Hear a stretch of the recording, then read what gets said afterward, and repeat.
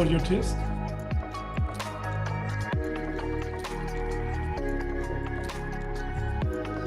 Hi. Hallo. Hi Gerd, hallo. Morgen. Morgen aus Österreich. Morgen aus Morgen Deutschland. aus Berlin, circa. Circa. Hat sie auch diese wunderschöne Musik im Hintergrund?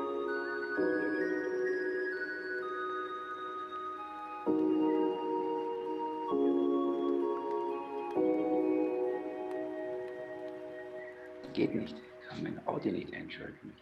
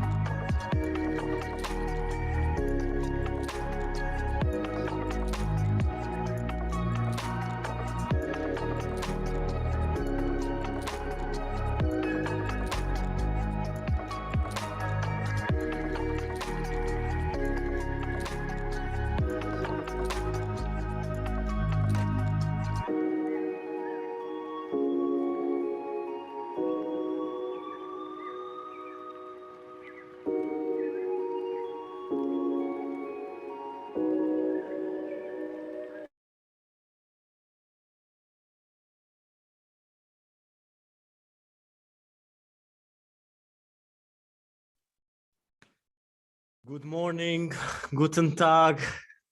How are you? Morning. Morning. Nice to see Morning. everyone Morning, here everybody. for this first virtual meetup at European Gaming, the European Gaming Q1 meetup. As you can see, we are still doing this virtually. It has proved to be a huge success. Hopefully, it will also be in person soon. But nevertheless, we have to take advantage of this situation to have all these experts tuning in from all around the world, and also give the opportunity for our viewers from multiple continents to attend this event. For the first panel, it's not the traditional Sprechen Sie Deutsch panel. This time is not the DACH panel. It's an outlook on Europe, and what better way to kickstart this year than talking about the most trending new jurisdictions, we can call Germany and Austria. So for this session, we have a non-German moderator, actually, from the Baltics, who understands the industry very well. Andrius, it's nice to see you, and I leave you to it. Thank you. Hi. Thank you, Zoltan, and good morning, everybody. Good morning. Let's kick off the Austrian and German panel. I'm the as pointed out, I'm the only non-German speaking person here. But I think that's better for the audience. Okay, so today I have with me Dr. Jörg Hoffmann, who's a partner at Merck's Law, Robert Lenzhofer, who is a co-founder and the CEO of Höhle Games, and Thomas Forstner, the Secretary General of the OVWG. I would like to start with Austria and with Thomas Forstner, and of course me myself. I'm Andrius Gabnis. I'm an international gambling lawyer. I will be the moderator for the first panel, only for the first panel. So Thomas, you have recently took over the position of the Secretary General of the OVWG. I would like actually to ask you to briefly introduce yourself and the organization you're representing, because if someone is not up to speed of, your organization, which is really active in the gambling regulatory arena, to call like that. So it would be really nice to understand basically what your organization really does in Austria, and then we will turn to the regulatory framework, which is obviously, these both countries are neighboring countries and related countries and German-speaking countries. However, the gambling regulatory framework is really not the same. So so let's start with Austria and with Thomas, and thank you very much. Good morning, everyone. Hope you're all doing well. I'm happy to be at this panel, and I'm new in this business, I know. But anyway, I'm trying to give you some updates to the Austrian situation at the moment. The OVG is an organization representing the online operators in Austria. You might know we have a problem here because we have still a monopoly. We'll get to that point later again. And we are fighting against this monopoly for years, I think. We have I think you will get it within the points. So maybe I'll start and give you a view about the situation about the Austrian gambling law, if it's okay for you. Yes, yes, of course. You might have noticed that we had some unusually frequent changes of the government. So it's not easy to predict what's going on in Austria until the next national elections, which should take place in 2024. Fact is, we get new information from leaked phones almost daily, and we don't know yet if the current government will last that long. So what is the situation? Sport betting and gambling are still treated differently in Austria in terms of both regulation and taxation. And as I mentioned, we still have no fair licensing system, but we have a monopoly instead. So in February 2021, there was a presentation to the Council of Ministers held by the former Finance Minister Blümel, who announced a reorganization of the gambling law in Austria. Sounds good. So what did he mean, and what are the main points? Let's take a look. The first thing was the creation of an independent gambling authority. Sounds good. A cross-operator blocking file called Sperrverbund for players. This is something like an Austrian-wide self-exclusion file. I think Jörg will tell us about Germany later, how it works. What else is in the agenda? DNS blocking of illegal operators. And illegal means no license in Austria. But we have a monopoly, so you don't get a license anyway. Blacklisting of illegal operators, a restriction of slots, a restriction of gambling advertising similar to tobacco advertising, a ban on video lottery terminals, VLTs, throughout Austria, new regulations on loot boxes, and the cancellation of the 3 casino licenses that have not yet been awarded. Okay. So it was a big package. Mm-hmm. And the implementation of this new law should take place by autumn 2021. Now we have February 2022 and nothing yet happened. So we are still waiting for a legal regulation on the online market. Okay, so and none of these measures are in place currently. For instance, the blacklisting of the operators is not in place in Austria currently. Nothing happened yet. Okay. So we have still a situation where we don't know what is the legal framework, what's going to be tomorrow, and it's not very satisfying. Okay, understood. So yeah, so the current situation, as far as I understand, it's only the plans based, and the government changed. So basically, we have no new plans or clear plans for the upcoming future. Okay, but we still have the current situation in general. So what's happening in Austria? What are the biggest issues, let's say, currently, apart from the fact that we have the monopoly? So what's the general feeling there in terms of both betting and casino? Well, betting is regulated, this is working, but online gambling is still not working, as I told you. We have a big, well, let's call it problem, with the topic of player complaints. This is a big point. It has recently become more frequent in Austria. There are currently more than 1,500 civil cases pending.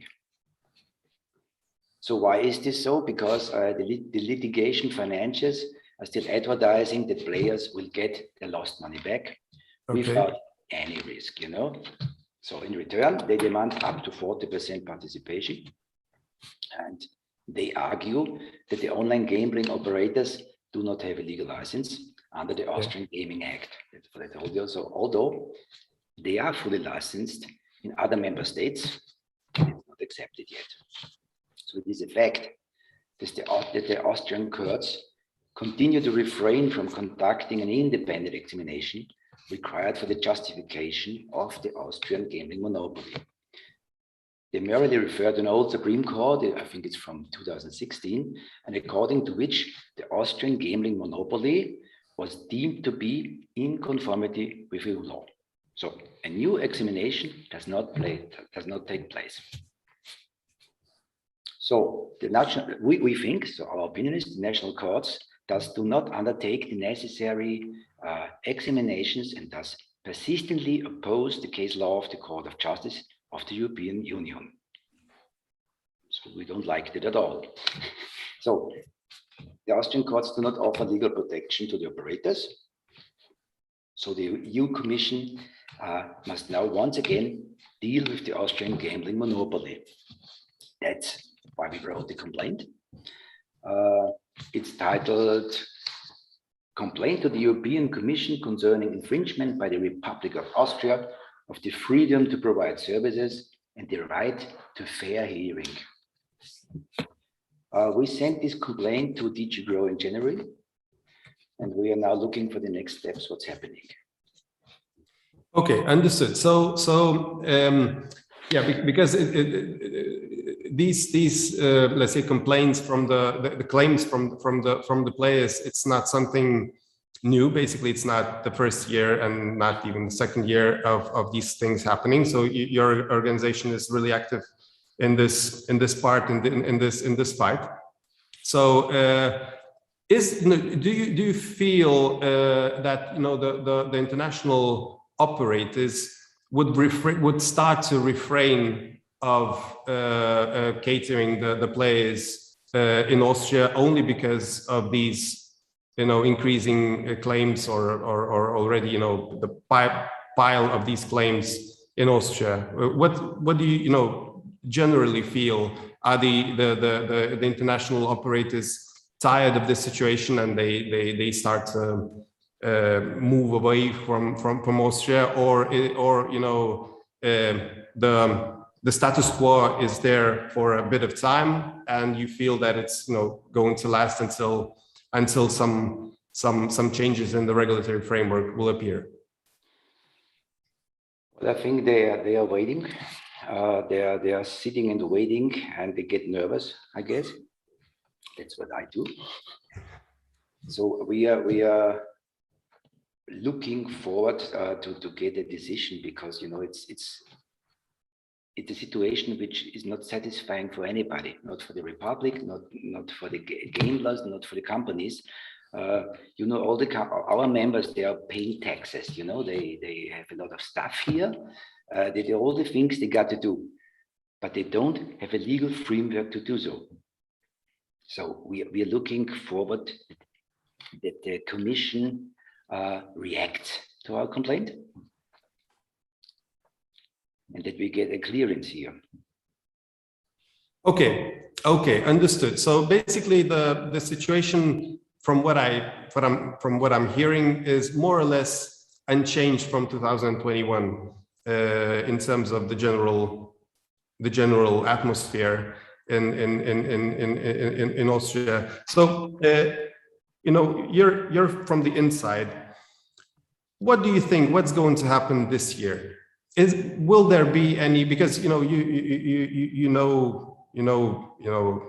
as we all do, that the European Commission is not very keen on taking up these these complaints from the national organizations or even the national courts. What do you feel? Is there going to be any changes, any movement in Austria this year, or we will more or less move along in the same direction until next year? Same procedures every year? No, I don't think so. I hope we got an answer to the complaint within a short period. We have brought it to DG. I told you to DG Grow. We are bringing it to DG Just 2 if it's not working as we want it to work. And of course, we are trying to hide the pressure. Okay. You know. So the last question that I have for you is your organization a membership based? Let's say if I'm an international operator and I would like to join you or to be somehow related to your organization, what should I do? You just give me a call and you tell me you want to be a member. You have to do your business in Austria. You have to fulfill some points. That's it. It's quite easy. I give you a list what you have to do, and you will be. Okay, it really seems easy. So okay, so it's really quite easy, and the more people joining our company organization, the more pressure is possible. Okay, so thank you very much. I will. So if anybody has any questions related to the Austrian framework, the Austrian let's say situation, or anything, or let's say a number for for joining the organization, you can provide the question here in the chat, I suppose. And I would like to move to Germany, up north a bit. And Dr. Jörg Hoffmann, hi once again.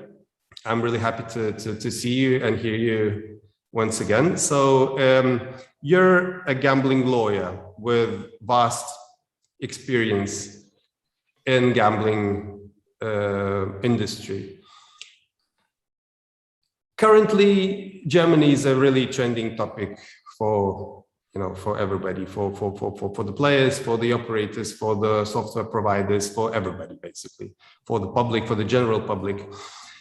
Please provide your insights both on the new procedures of the licensing, and then later we will turn to the general atmosphere. And I will ask Robert to provide some feedback from the industry perspective. So, Jörg, please proceed. Good morning, Andrews. Yeah, good morning, everybody. Happy to provide an overview on what's going on here in Germany. There's exciting times at the moment because we're coming from an area of total prohibition for online gaming for decades, and now for the first time, as of January 2020, we are making experience with different licensing regimes, starting with licensing for sports betting as of 1st of January 2020, and now we're in the middle of a process for applying for virtual slot machine licenses as well as online poker. This procedure is conducted by a new authority, which is located in Saxony-Anhalt, in the city of Halle. And we're expecting first licenses to be granted, well, in the near future, probably by the end of this month or in March, and then followed by a few more licenses. At the moment, it's about 50 applicants who are applying for these licenses. Sports betting licenses were granted to already 36 operators, big names among them, of course. Interestingly, because we are always in an environment which is based on an interstate treaty, and the new one came into force in July last year. The one before expired, of course, then by the end of June, and first licenses granted were due to expire also by 30th of June last year. But the new interstate treaty created a transitional regulation that they will be valid, will remain valid until the end of this year, but they need to be reviewed. And it's very important for the industry to realize that they need to submit applications for renewal by the end of April this year. So it's not much time left, but for license holders, it's quite easy to update their own applications. because the regulator decided and he published a guideline that only those concepts who needed to be amended and adopted to the amendments of the new law needs to be completed, so they can stick to their own concepts, basically. And of course, always there are some documents like criminal records and all these things that do not need to be outdated. These documents will have to be renewed, sent to the regulator, which is the Regional Council in Darmstadt. They're very busy in progressing all these proceedings. And then these licenses will be renewed for another 5 years. And I guess that is what keeps us busy at the moment. In parallel, at the same time, there is always a lot of work to be done with the applications for virtual slot machines. More and more operators are making decisions to apply for licenses. We expected many more to be on the market, but we need to know that there are so many restrictions in the regulation in Germany. These are details sometimes. It's deposit limits, stake limits, minimum spin duration of 5 seconds, €1 per game as a limit, as a stake limit. You're not allowed to offer any sort of table games, bankholder games at roulette, baccarat, blackjack. And to compete with black market operators, that's a real challenge. We realized, speaking to suppliers who have that figures about gross gaming revenues, we can estimate we lost gross gaming revenues in the amount of plus minus 70–80% compared to the period of time before these restrictions were to be applied.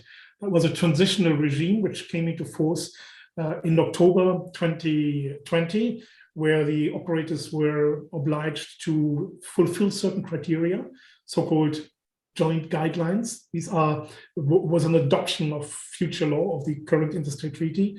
And that, of course, meant restricting the own offerings, whereas black market operators offered the full choice to players. And so we had that sort of channeling people into the wrong direction.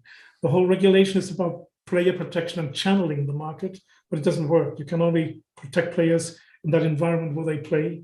And to channelize, meaning from black market to a regulated market, at the moment, it's more the other way around. That's the situation currently in Germany. Okay, so just from the very start. Okay, so we have different frameworks currently in Germany. One is in place. One is, let's say, currently moving and rolling right now. So there are 2 separate gambling authorities. Is that correct? That's correct. One is fairly new. And in fact, a new one is coming up because the new interstate treaty establishes a super authority, the joint gaming authority of the German states, of the German landers. And this authority is being built up at the moment. It will take over. It's a national-wide. Yes, and they will be responsible for all the verticals. They will take over as of 1st January next year. At the moment, they're really building it up. They will be responsible for licensing, supervising, enforcement, and everything concerning games for all verticals. Whereas today we have the responsibility of the Regional Council in Darmstadt, which is in the state of Hesse for sports betting, and they're really good experience at the moment, but this will expire by the end of this year, and then Saxony-Anhalt will take over. At the moment, we have also an authority in Saxony-Anhalt, but that is got sort of a transitional solution. It's the state administrative authority. They started from scratch in July last year, and they are conducting these 2 application proceedings for online poker and virtual slots. It's interesting, we were not allowed to use the term online casino for that licensing regime, which is slots only. The new term is virtual slot machines or virtual slots. Online casino is subject to a specific license, which will not be granted to the private markets in a way as it is done with virtual slot machines. This is section 22C of the interstate treaty, meaning that the 16 states of Germany have a certain discretion to decide whether they want to grant such a license for table games and live streaming of table games to private operators or to the state. And we've got a few states already decided they want to go for the monopoly. So a state-owned company can get that license based on a new law, which they have to pass, of course. Others, including Schleswig-Holstein and North Rhine-Westphalia, opted for the free market solution. But then the amount of licenses is limited to the number of existing bricks and mortar licenses, casino licenses in that particular state. So it will be, at the moment, it's 5 in North Rhine-Westphalia. It would be 1 in Berlin, 3 in Hesse. It's very, very different because the casino laws are specific law, and this amount of license is really restricted. So that's something, it looks weird to me, and it means that at the moment, because there is no license granted, and it will take some time, there is no legal opportunity to play roulette in Germany online, because there's nobody who could operate it, apart from black market operators, of course. Okay, so I have now, a clarifying question. So you were speaking about some limitations in terms of the game's specifics, the game's the nature of the games and stuff. So, but the framework, the licensing framework, is only B2C or B2B as well? And no, it's B2C. We don't have any sort of licenses for suppliers or for software providers. It's just the operator who needs to apply for a license. But of course, this is new, by the way. If you apply for a license to operate virtual slot machines, you also have to apply for a license which seeks permission of every single game. And so far, the games will be permitted, and in every single case. Unfortunately, it's not like a whitelist or something else where you can say a game like, let's say, Book of Ra is whitelisted, and you simply say, I'm going to offer it. You have to submit your own application for every game, and maybe 500. And the regulator will look at your list, will review and make a decision. And if a competitor submits the same games, a new revision, a new proceeding will start, and it's a single decision, a single permission per game. And if you don't have that, you're not allowed to offer anything, because that is something that goes at the same time. So it's basically a bit similar to license. It's like not a licensing procedure, but it's still a sort of a permit, the application for the permit to provide these games. Yeah, that's right. But the communication is only between the B2C operator and the regulator. And for the B2C business, B2B business, some rules apply, and that's not really written rules. I can tell you that regulators intend to create a requirement for software providers. They are not allowed to serve operators who are targeting people in Germany if they also provide their software to an operator who is not licensed but is also offering his games in Germany. So it's a full compliance regulation that applies to the payment service industry as well to the software suppliers. This could, of course, be an issue for the industry. Okay, so I would now like to turn to Robert, because he has experience in how it works in Germany from the industry perspective, and he represents the B2B business. So first of all, please introduce your business, basically yourself and your business, and please provide your I don't want to call struggles, but the things that you feel that are maybe that basically the audience should know prior to going for Germany from the industry perspective. Yeah, I'm in the industry since 20 years now. I'm actually also Austrian. Hi, Thomas. I grew up in Vienna, but last 10 years in Berlin or around Berlin. And I always was in the product area of iGaming. So I always developed products in sports betting, in poker, in bingo, in casino, and touched all kinds of areas, also player account management. And Hölle Games, we founded last year, actually 2022, the year before last year, so September 2020. We founded Hölle Games. Basically, what we know from other jurisdictions all over Europe, whenever there is a tectonic shift, and the new regulation is obviously a tectonic shift. There's always opportunities, and the regulation didn't look too good in the beginning. With this limitations of €1 and 5 seconds, everybody knows by now. But as a small sort of studio who starts in and leans into the regulation, has an advantage to like be fully focused. And although we are small, we are kind of bigger than like other large suppliers who don't have a focus on Germany, so to say. Yes. And what we saw from a lot of operators and for us and suppliers, for us it was a little bit positive. Everybody looked somewhere else currently. Everybody looked to the US or Holland or other markets, which were sort of more interesting on the short term or midterm.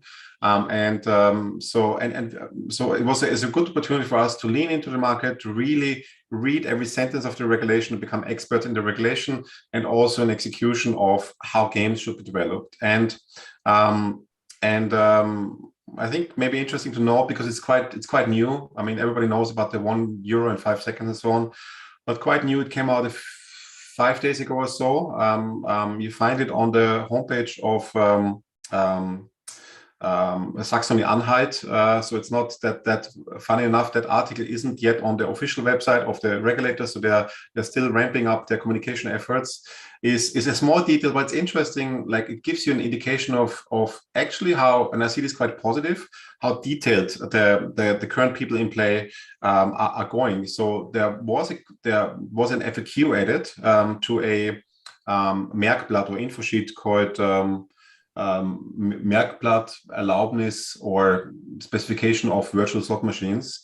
And they ask, for instance, some operators asked, and I've been asked as well, and I was also of the view that it's compliant, but it's now clarified, about gamble games, for instance. It's very, very typically German mechanic that when after or during the game round, when you have won something, that you can gamble in the card or ladder gamble game. There was a bit of debate because some suppliers implemented it as a separate bet, which you can't do because then you're breaking the max stake rule quite easily of €1.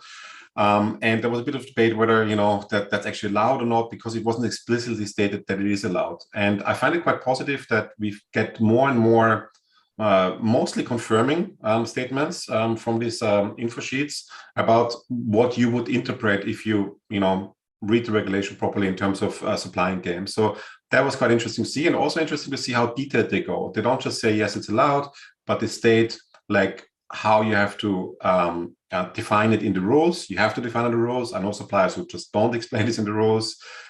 You have to also define in the gamble games what is the RTP of the gamble game itself, typically 100% or 50-50. In the card gamble, red, black. But still, you have to define it in the rules. And there's also, like, they go really detailed. And I quite liked it because obviously we comply with these rules. So compliance is fun when you comply. Compliance is not fun when you're not yet there. Like things like that, you cannot give the perception of skill or perception of skill. And you cannot provide a perception of different degrees of probability visually and implicitly by gameplay. And my view is some very popular suppliers will have probably an issue there. So that's quite interesting and positive. So I advise everybody to look, like, you really need to look for those, or you can look on my LinkedIn. I always make a write-up about these things, but you have to look at those websites. It's a little bit fragmented and distributed. It's all in German, and often these German sentences I have to read 20 times to make sure I completely understand them. But I think the positive is people have asked me like a few times, like, well, it's changing all the time, and there's like this has changed and this has changed. I'm like, actually not much has changed. We have two major things, which is the law and the tax.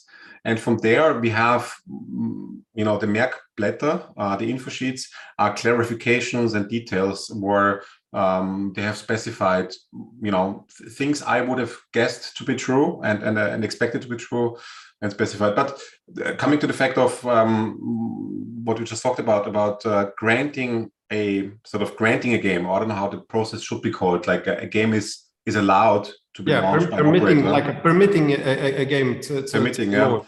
And that's quite different and quite an issue. I think the operators are solving, but the regulator really should have solved. Not necessarily.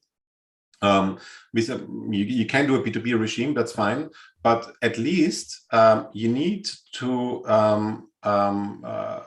ask the suppliers to provide game certificates, because right now all I've been asked for, we did more, but I've been asked for is the RNG certificate. Now, what I think this sort of permitting is, and the way I read the FAQs and the way I understand the questions which are coming in, it's a view on the surface. Basically, you look at the game, you click, oh, it's €1 and 5 seconds. However, there's a lot of details in game development. There's a lot of security topics in game development which is not checked, basically. So at the moment, and as far as I know, or the operators still ask for game certificates, which is good, but it's a little bit of a weird situation where the operators step in and take, basically do part of the job of what the regulator should do. So that's really, really missing. However, it's solved. I'm sure it will be solved, because that can stand, because in theory, at least at the moment in theory, you can launch a game without a certificate, essentially. And that means you can, they don't know, you can't control like whether the RTP is verbal or not. Obviously, we're talking about bad intent here, but you can't control, there's no source code review or anything like this, which is typically done by these testing houses. That is exactly the question I wanted to ask, because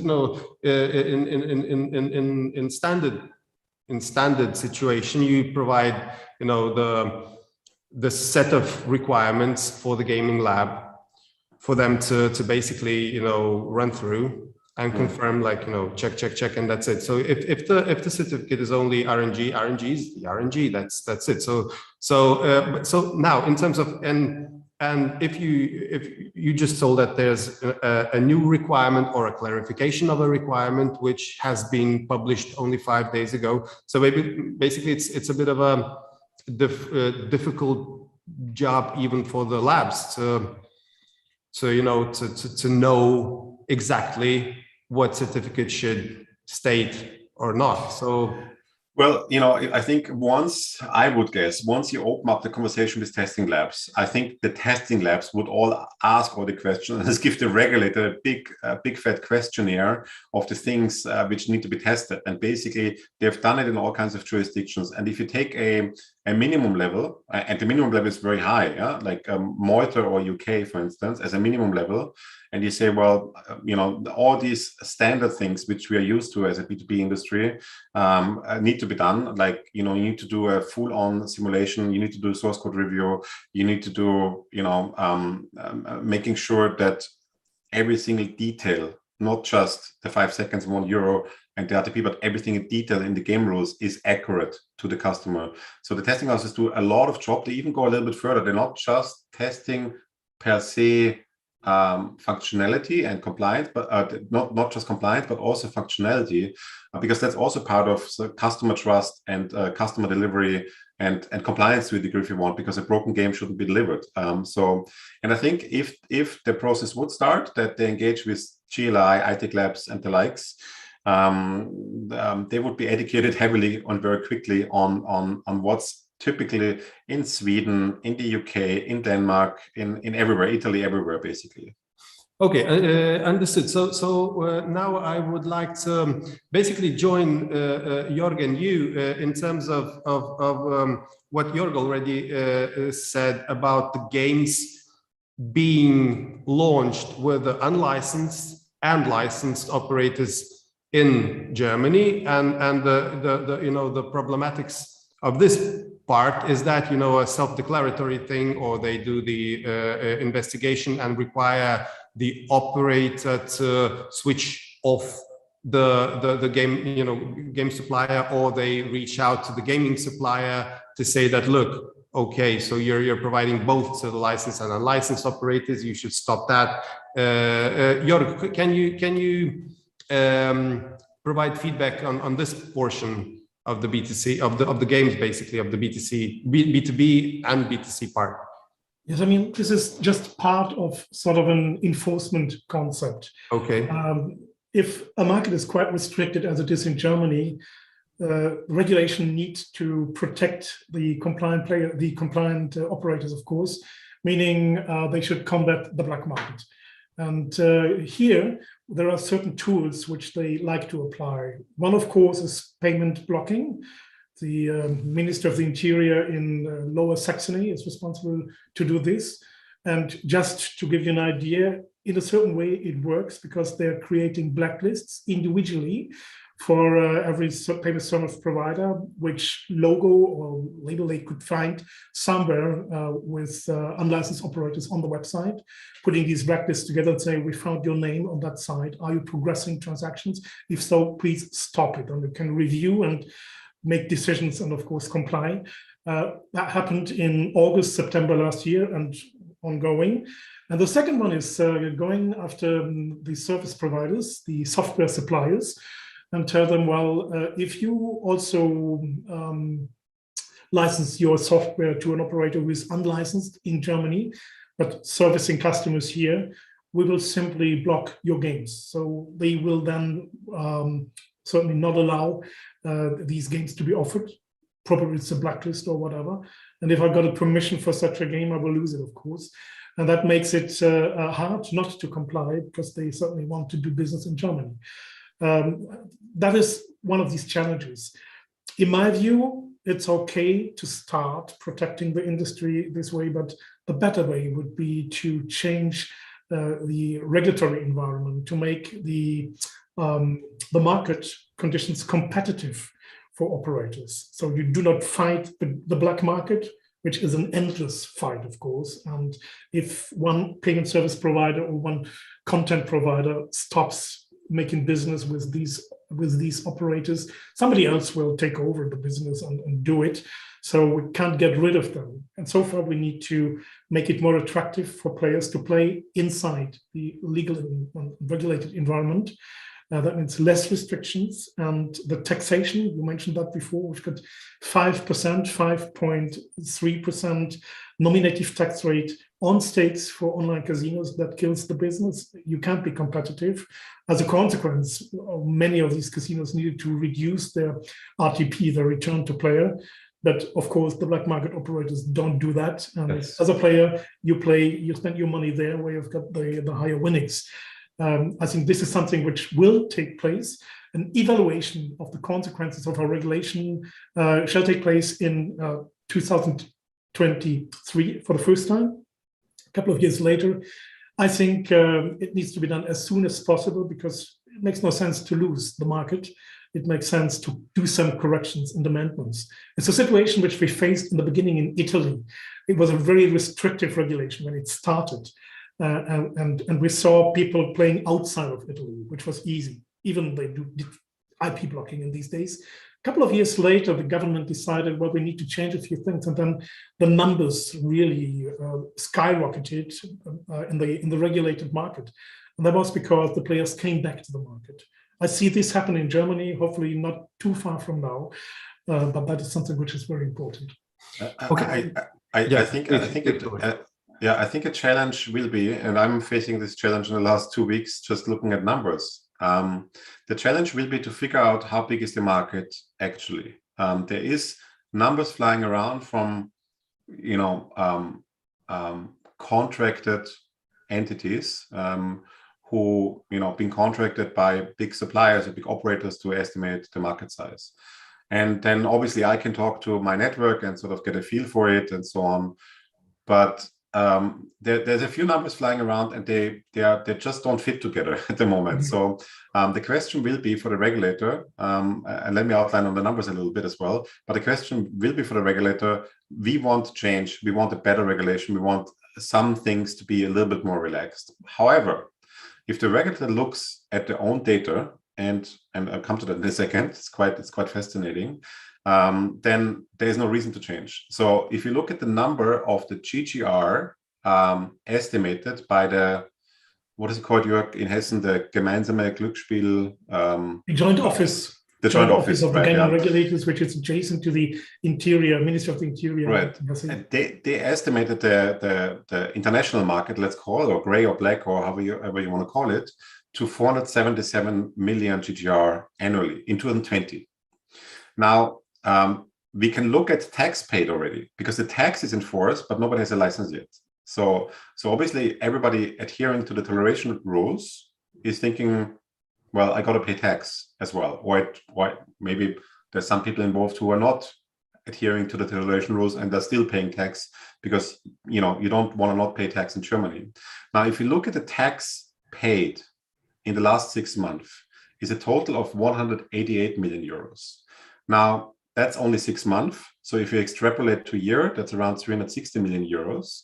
And if you now say that the tax is 5% and roughly all slots are adjusted to 90% RTP, so a 50% margin, let's say, you need to double the 360 million number to arrive roughly annual market size based on tax paid at roughly 750 million. The numbers varies depending on how you interpret the tax payment, but it goes actually more up than down. So 750 million is the lower number in this estimation. So you have an estimated market size in GGR based on tax. It's a very hard number of 750 million.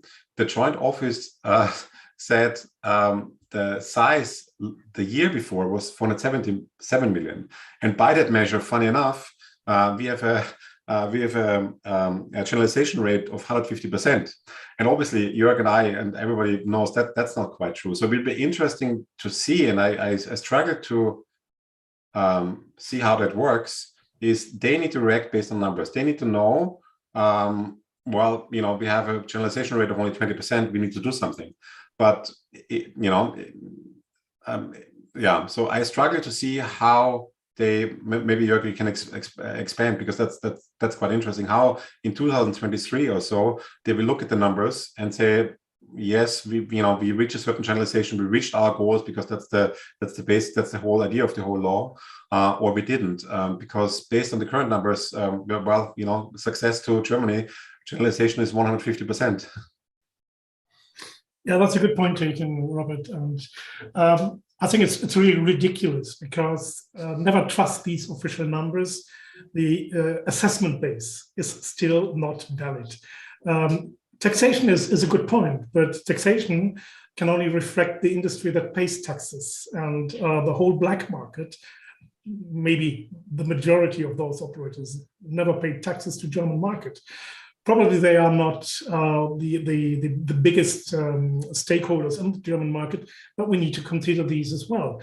In my view, same applies to sports betting. When I say with more than 90% of the market applied for licenses and got licenses, that's simply not true.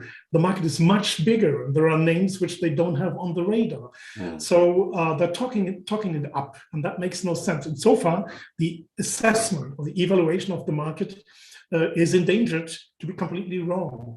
In my view, what could be a representative assessment base is sort of a compilation of the numbers and the developments you could get from software suppliers, the leading ones, because they exactly know what happens.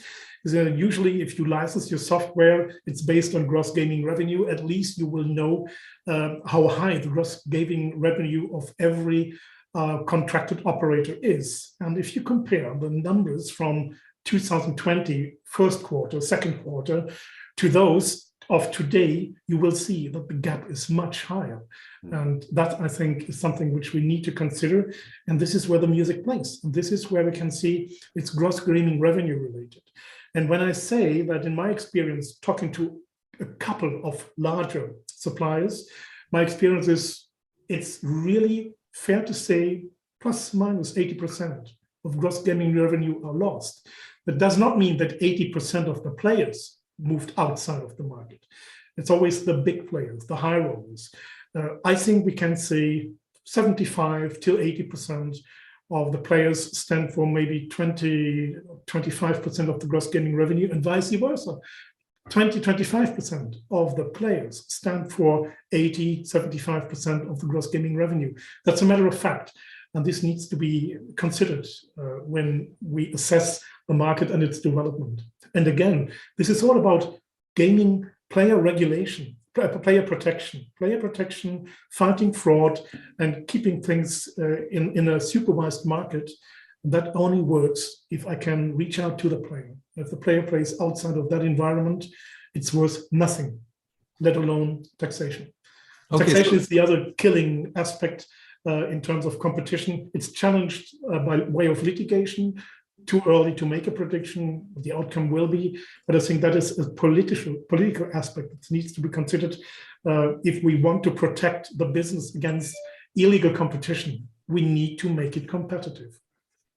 Okay, so let's get that a bit straight with the licensing part and with the taxation part, because for those who are maybe not aware or considering entering or are already in Germany, and for the audience to understand the relationship between the enforcement of the taxation and the licensing in general. So basically, a simple question would be: can you be fined with only paying taxes and not going for the license?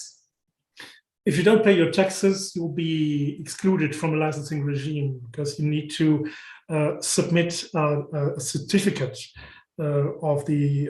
issued by the tax authorities that you already paid your taxes. If you haven't paid your taxes in the past, and many operators outside of Germany, well, were in such a situation, because in 2015, when the VAT directive came into force, there were some questions about it, whether it's applicable, whether it's against European Union law, discriminating, and things like this. So a lot of operators did not pay taxes, but they could then later file voluntary self-declarations. This worked as long as the tax authorities did not have that particular company on their radar. So if you be first, contact the authority, declare your taxes in full and pay them, then it's fine. Your past is clear and clean, and you are ready to apply for a license. If not, you can simply forget it. And you also need to notice that's the difference to administrative enforcement. But if you're owing taxes, tax evasion is a criminal offense, and that can be enforced across the European Union easily. And the liability is with the directors. So it's really a threat to the industry, and it's completely wrong advice not to pay any taxes. And the problem is you have to pay taxes in Germany, even if you have no license. That's not fair, but that is the case. Okay, so we have a situation. Okay, but the retrospective tax, if you're going for the license, so how many years is that for the retrospective tax? Just to be clear for those who are unaware, or there's a cool-off period of not being compliant, and until you are eligible for the licensing. I think there's not really a limitation period that applies in this particular regard. If you look through the criminal legal angle or perspective, I think you could go back to 10 years or so. I'm not an expert in taxation law, that's my guess. But it doesn't matter whether it's a few months or a couple of years, as long as your taxes are not fully paid. You will be secluded. You'll be excluded from the licensing proceeding. Okay, so there's obviously a little bit of a loophole here. If you are a dark actor, bad actor to a degree, and you have servers somewhere outside of Europe, and it's a digital product where you don't send out anything. There's no manufactured goods or anything, so only you have the single source of truth. So who can check whether €1 of tax is correct or whether $1 million of tax is correct being paid by that? Obviously, going forward, once you're part of that central database, it gets trickier. But currently, that's still a loophole, I believe, as well. Okay, so we still have 7 minutes. So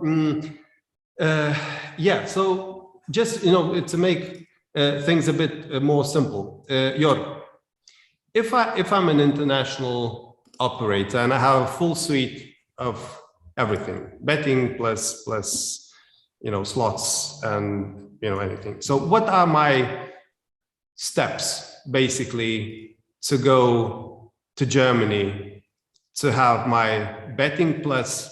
Okay, so you're not allowed to call online casino, but for the games, let's say the entertainment games, to be licensed and approved in Germany. So what are the steps? Where should I go? If that's right now, without the super regulator that will take over later next year. So what should I do? Well, so that's quite easy. You have to, of course, to apply for a license, and you can do so. You could find first information on the websites of those regulators. They published sort of guidelines. German word is Merkblatt, for instance, and make yourself familiar. We've produced a checklist bilingual, and you can see the requirements, review these, and see what you need to deliver, which is quite a lot. Typically, it's a couple of concepts and corporate information, of course, and then the typical documentation of the individuals who are serving as officers or directors. And then you can submit that application either to Darmstadt for sports betting. As of 1st of January, it will be then the new body in Saxony-Anhalt, or you apply for a virtual slot machine license. There's no time limitation. With one interesting aspect that is important, this applies to an operator who is not actively serving customers in Germany. If you are running a business in Germany and you have your customers here, your players, then of course you will not be tolerated. You will be deemed illegal as operating illegally, and then be excluded from licensing regime because the consequences, they regard you as non-reliable. Unless those operators who started to adopt their offerings to those current license conditions under the so-called transitional regime beginning in October 2020, meaning fulfilling all these requirements which were compiled in so-called joint guidelines. If this was 100% in compliance, you would be factually tolerated even until now, until you get that license, provided you're applying for a license and you submitted a request for a license, then it's fine. Everybody else being on the market is regarded as black market operator, and illegal gaming is a deal breaker. You will not get a license. At least that's the point of view of the regulator. But if you're a startup or you come from another country, probably doing business in Italy and now considering let's go to Germany, it's always possible. Okay, so thank you very much. I have to double check the chat. So I think, yeah, I have a question here. Hi, can you elaborate a bit about let's say the old ones, a bit about Schleswig-Holstein decision to grant licenses even if interstate treaty is in force? So that's for Jörg, I think. Yeah, well, we cannot say they decided to grant licenses in a parallel world to interstate treaty. The fact is they granted licenses in 2012 and 2013 for all verticals online, casino games, apart from table games. These were excluded, and online sports betting and retail business. And these licenses, they were about to expire. They were then extended, and they are still valid until you get a new license from the nationwide regulator in Saxony-Anhalt. In that very second, the Schleswig-Holstein license will expire. It will also expire earlier if you do not apply on time. So there won't be two different licenses when the new licenses will be granted. But up to that moment, those license holders in Schleswig-Holstein can use this license. And of course, you can only use it in Schleswig-Holstein for residents of Schleswig-Holstein, people who live there. And one of the advantages is you can advertise your product. That's the only type of casino games that can be advertised, which is TV advertising, for instance, with that disclaimer, this only applies to Schleswig-Holstein, so can create that brand awareness. Even now, being factually tolerated, advertising for games of chance without a license is still prohibited. And for the industry, it's important to notice this also applies to bonuses. Bonuses is regarded as a part of advertising because you want to make playing attractive and generate more business and more traffic, more stakes. So it's quite risky to offer bonuses for unlicensed games. You can do that for sports betting, but you cannot, basically not allowed to do it for casino games. But if you look at the sites, you will see bonuses everywhere. So it's a little bit of a gray zone, some legal uncertainty maybe. Okay, understood. So thank you very much, everybody.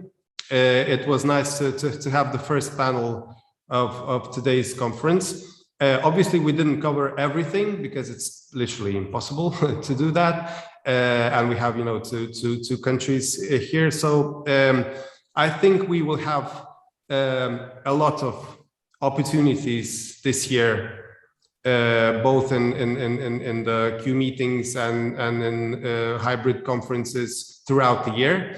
So please, check up with Zoltan with where and when are the further conferences taking place. Thank you very much, and let's stay with this conference for a few panels more. Thank you very much. Thank you, Andrews, Jörg, Robert, Thomas. It was great. Yeah, the first actual in-person conference will be in Vilnius on the 12th of May, the traditional Mare Balticum, where you can meet Andrews and have an insightful talk about the Baltics and most probably the DACH region. So we are looking forward to seeing Jörg and Robert and Thomas in Vilnius as well this year. Okay, thank you so much, guys. We are now full steam ahead with the next panel discussion, which I have the honor to moderate. I would like to ask my panelists to switch on their microphones and videos. I hope they are here now.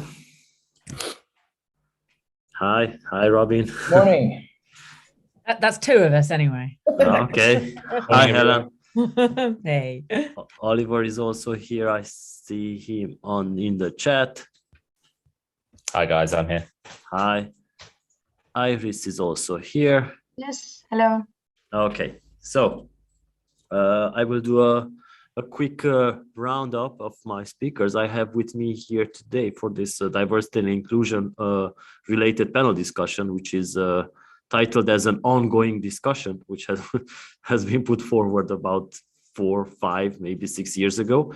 I have with me Iris Den Boer, Head of Responsible Gaming at Bad City NL, Helen Walton, Chief Commercial Officer at G Games, Oliver Niner, Head of Sales at Pandascore, Robin McDonald, co-founder and managing partner at Rubik Talent. In the meantime, Oliver, I just want to say that our podcast is now also trending because it has gone live this morning. I saw that. All right, so let's do a quick introduction. Each of you could say a few words about their career and what they are doing now. So let's start with Iris, Helen, Oliver, and Robin. Thank you. So my name is Iris Den Boer. I live in Holland and I'm the head of responsible gaming for Bad City. And yeah, we've met before, Zoltan. We've done previous recordings together. So yeah, I think that's for my introduction as for my role and my position and where I'm located at the moment. Okay, thank you, Helen. Hi, so I'm Helen Walton. I'm one of the founders at G and the Chief Commercial Officer. And before entering iGaming, I had a career in FMCG, retail, and publishing and marketing. And so the reason I'm interested in this topic is because when I first entered the iGaming industry, I was quite literally horrified by how lacking in diversity it was. Not so much in terms of background or in terms of it being a very international industry, but I was truly horrified by its lack of diversity in terms of gender and many of its attitudes around gender. We'll touch base on that. Oliver. Yep. Hi, everyone. My name is Oliver Niner. I'm currently head of sales at Pandascore. I've been in the industry for 15 years through various B2B and B2C companies. Touching on a bit what kind of like as Helen said, my interest in this is personal. I am visually impaired, so I have a physical disability. In terms of diversity, I'm very, very interested to contribute my thoughts into how the industry plays out for people with disabilities, because I don't think there's too much there at the moment. And for what it's worth, this is the first time I'm openly saying that to people in the industry as well. Thank you so much, Oliver. Robin. Good morning, Zoltan. Good morning, panel. Thank you for having me on the panel. I'm founder of Rubik Talent. I've spent the last decade helping young people into careers, and that's across technology, sales, and recruitment. At Rubik Talent, we have a particular focus on helping to fill the digital skills gap, and even more acute focus on helping to support teams grow in a way that supports diversity and inclusion. And so we work right across the industry with diversity groups in order to help our clients build technology and sales teams with diversity inclusion at their heart. Okay, thank you very, very much. Yeah, so when we started this series of panel discussion, I think it was in 2018 in Prague, we were the first ones to touch base not only on gender equality, we also touched base like disabilities, like Oliver said, and we also touched based on sexual orientation, regional problems like coming from minorities. For instance, I can tell you this personally, that I had this type of issue. Our family had this type of issue when we once moved to London and collided with this issue being from Eastern Europe when trying to get hired. So basically nowadays I have companies that for which I was doing an interview are coming to our conferences. So it all turned out well, but it was a situation which I will never forget. And I like to talk about this in terms of diversity and inclusion as well, not just the gender part. So as an opening question for everyone, has progress been made in the areas of diversity and inclusion over the past 2 to 5 years? And maybe can you give an example of a significant step forward? We will start with Iris, Helen, Oliver, and then Robin. Thank you.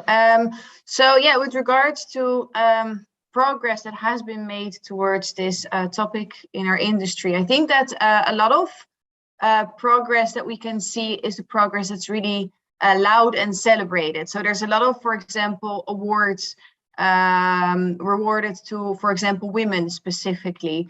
And it started off with women celebrating each other and their success in the industry and in different industries as well. And then this is expanding to recognitions and awards for other kinds of nominations where we are celebrating each other's differences and also celebrating inclusion and valuing each other. So yeah, this is, I think, an example of a way that we can see that initially it was a very careful process where the awards were smaller and the crowds were smaller and the celebrations were smaller. And then you saw a trend of a lot of articles that are really celebrating people's differences and the way that companies and workforces now approach this topic. So I think it's a very positive change that we've been seeing, and it's only expanding. And it's also it's not just the gaming industry. I think it's across a lot of industries where we see this this trend, and I think it's great to observe that. Okay, thank you, Helen. I mean, I'd also say we've definitely made a lot of progress and we've definitely come a long way. But I also want to be clear that that's because we were starting from such a low bar. I mean, the iGaming industry was truly atrocious 8 or 9 years ago. Bad incidents still happen, but nowadays we're all shocked and upset by them. Whereas 9 years ago, you were essentially told off if you even tried to mention it. So I got publicly uninvited from a conference because I objected to the pole dancers that were in the conference. And I think, I would no longer be uninvited. I might be asked not to say it publicly anymore. And I understand that because that's commercial reality. But yeah, we've come a long way, but it was from a low bar. I think we've got a lot further to go. And I also take Iris's point that that's partly because as a society, we feel like we have a lot further to go and we're interested in a lot of things that are happening. One of the things I do just want to touch on, that I've always thought that the iGaming industry is really good at offering good access to people from different backgrounds. So there are not that many industries where I think you can see quite large numbers of senior staff coming through who don't have, for example, a traditional degree, but who have kind of come through the shop floor in retail or in bricks and mortar casinos. And one of the things I'm very keen is to ensure that in embracing greater diversity of different types of background and of gender, that we don't ignore that type of socioeconomic diversity as well. I would be very sorry to see the iGaming industry lose that. Okay, thank you so much. Oliver. Yeah, so from my perspective, I'm only going to talk really about disability inclusion. The rest of the panel can speak on a lot better things in terms of gender equality and other kind of areas. But from disability, no, it's terrible. It's still, you don't see, I could probably count on one thing the amount of people I've seen in wheelchairs at conferences. So, and from personal experience, no, I have not actively had any discrimination against me, but that's because I wear a disguise. So the fact that it's taken me to this point to actually come, one of a better word, come out and say I have a physical disability is not a good sign. It's not a good thing. Yeah. So from that side of things, the iGaming industry should look at itself and kind of say, are we embracing and are we open to people? Are we accessible? Do we feel that we are allowing people from all types of backgrounds, and that includes backgrounds where people have suffered difficulties physically, or there's hidden disabilities as well, which are coming to more kind of more prominence these days. So from that perspective, no, there's still a lot to do. There's a lot to do in terms of accessibility, in terms of things, in terms of making people feel comfortable, in terms of image, these different things. So I think from that perspective, that we've got to do a lot better. Thank you so much. And thank you for sharing everything about yourself. It's really an honor for this exclusive outcome. I'm giving you, mate, honestly. Robin. Wait, can I just echo your thoughts, Sultan, on commending Oliver for his open discussion and bringing this topic around disability inclusion to the fore. That's great. And I'd like to echo Helen's thoughts in regards to where the iGaming industry has come from. It has come from a very, I think, low place in regards to diversity and inclusion. And it is looking at industries around it, payments, fintech, regulated industries, where success for companies is hindered on on those organizations having a diversity and inclusion culture within them. So if you look at some of the larger organizations like Entain and Sky Sports Betting, they've all got diversity and inclusion programs which they're quite publicly shouting about, and I think that's a real benefit to the industry generally, and I think it's going on the right trajectory. But I think, to Helen's point, it is absolutely come from a very difficult place, and so it's slow moving, shall we say. And I think to Iris's point around award ceremonies, and it's great to see diversity and inclusion awards, but you look at some of the panels, and I won't name names, but some of the award shows, their panels aren't particularly diverse. They it's the same people who are running these things, and it becomes difficult to change an industry when you have that ingrained culture in it. So we see an opportunity to Rubik, for example, to bring in young people into the industry. And what we want to do is to show them an inclusive culture, so that people who come from different groups, underrepresented groups, are able to and want to join an industry and don't have the fear of joining something only to be shunned, if you like. So to answer the question, I think it's come leaps and bounds, but I think it's still got a long way to go, and then there's still needs to be some open discussions around when things do go wrong. Yeah, thank you. I'm going to be the devil's advocate over here and ask you a question. Don't name any companies, but do you think that maybe for some companies just HR PR stunt? there's always that risk, I think. And it's only once you start to dig under the covers and talk to the leadership within those organizations where you see whether the organization is actually embracing diversity and inclusion. I do think, though, if organizations are espousing that they are open and bringing on different types of people and different skills into their organization, if they're only doing it on the surface, they will get called out pretty quickly, and it will it be paper thin, and it will be seen as such. Yeah, because especially with the amount of pressure on organizations to act in appropriate ways these days, because of the wider things that are going on in society. Yeah, and going back to the gender thing, that here in Eastern Europe, there wasn't such a big problem as it was in Western societies. But in regards to other types of diversity, it's really a problem which is going on nowadays, and it's being fueled by politics and everything. So, yeah, okay. So, what or who is the driving force behind the progress that has been made? Because you all share that there has been some progress.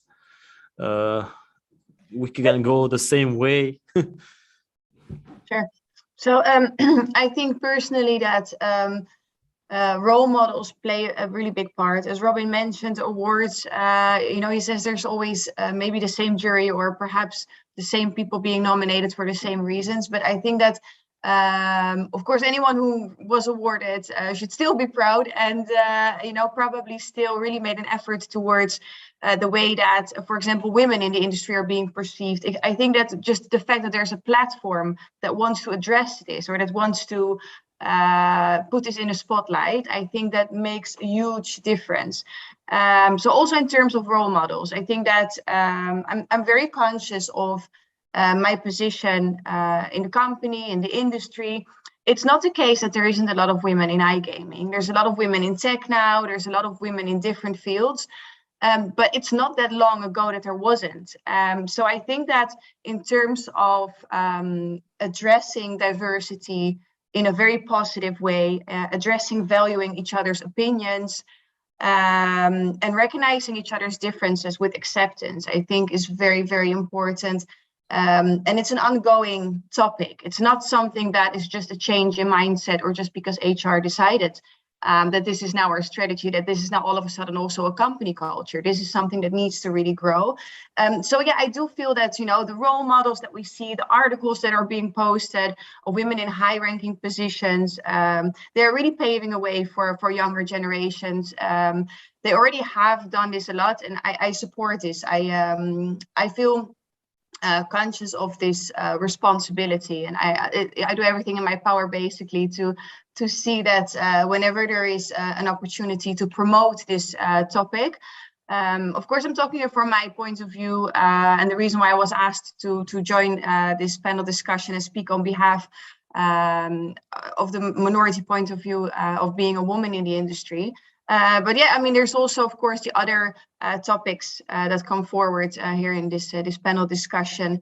But for myself personally, as an answer to your question, I think that role models played a big part, and I'm really glad to now continue this myself in this journey. Thank you. Role models such as Helen. Exactly. So, obviously, there are a mixture of external and internal factors that have driven change. I think as the iGaming industry has become regulated, I think there have been a set of pressures that are more broadly around responsibility, CSR, good governance, and having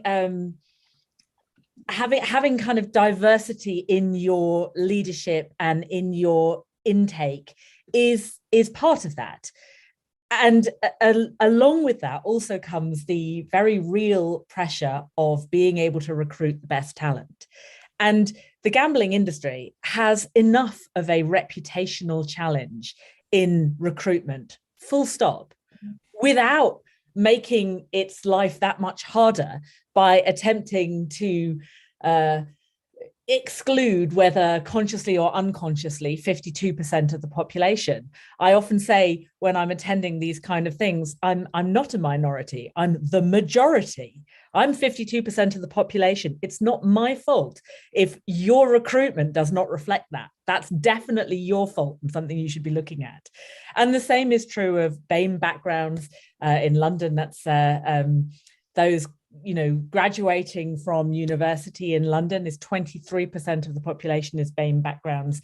If your recruitment isn't reflecting that, again, it suggests that you have a problem in your recruitment.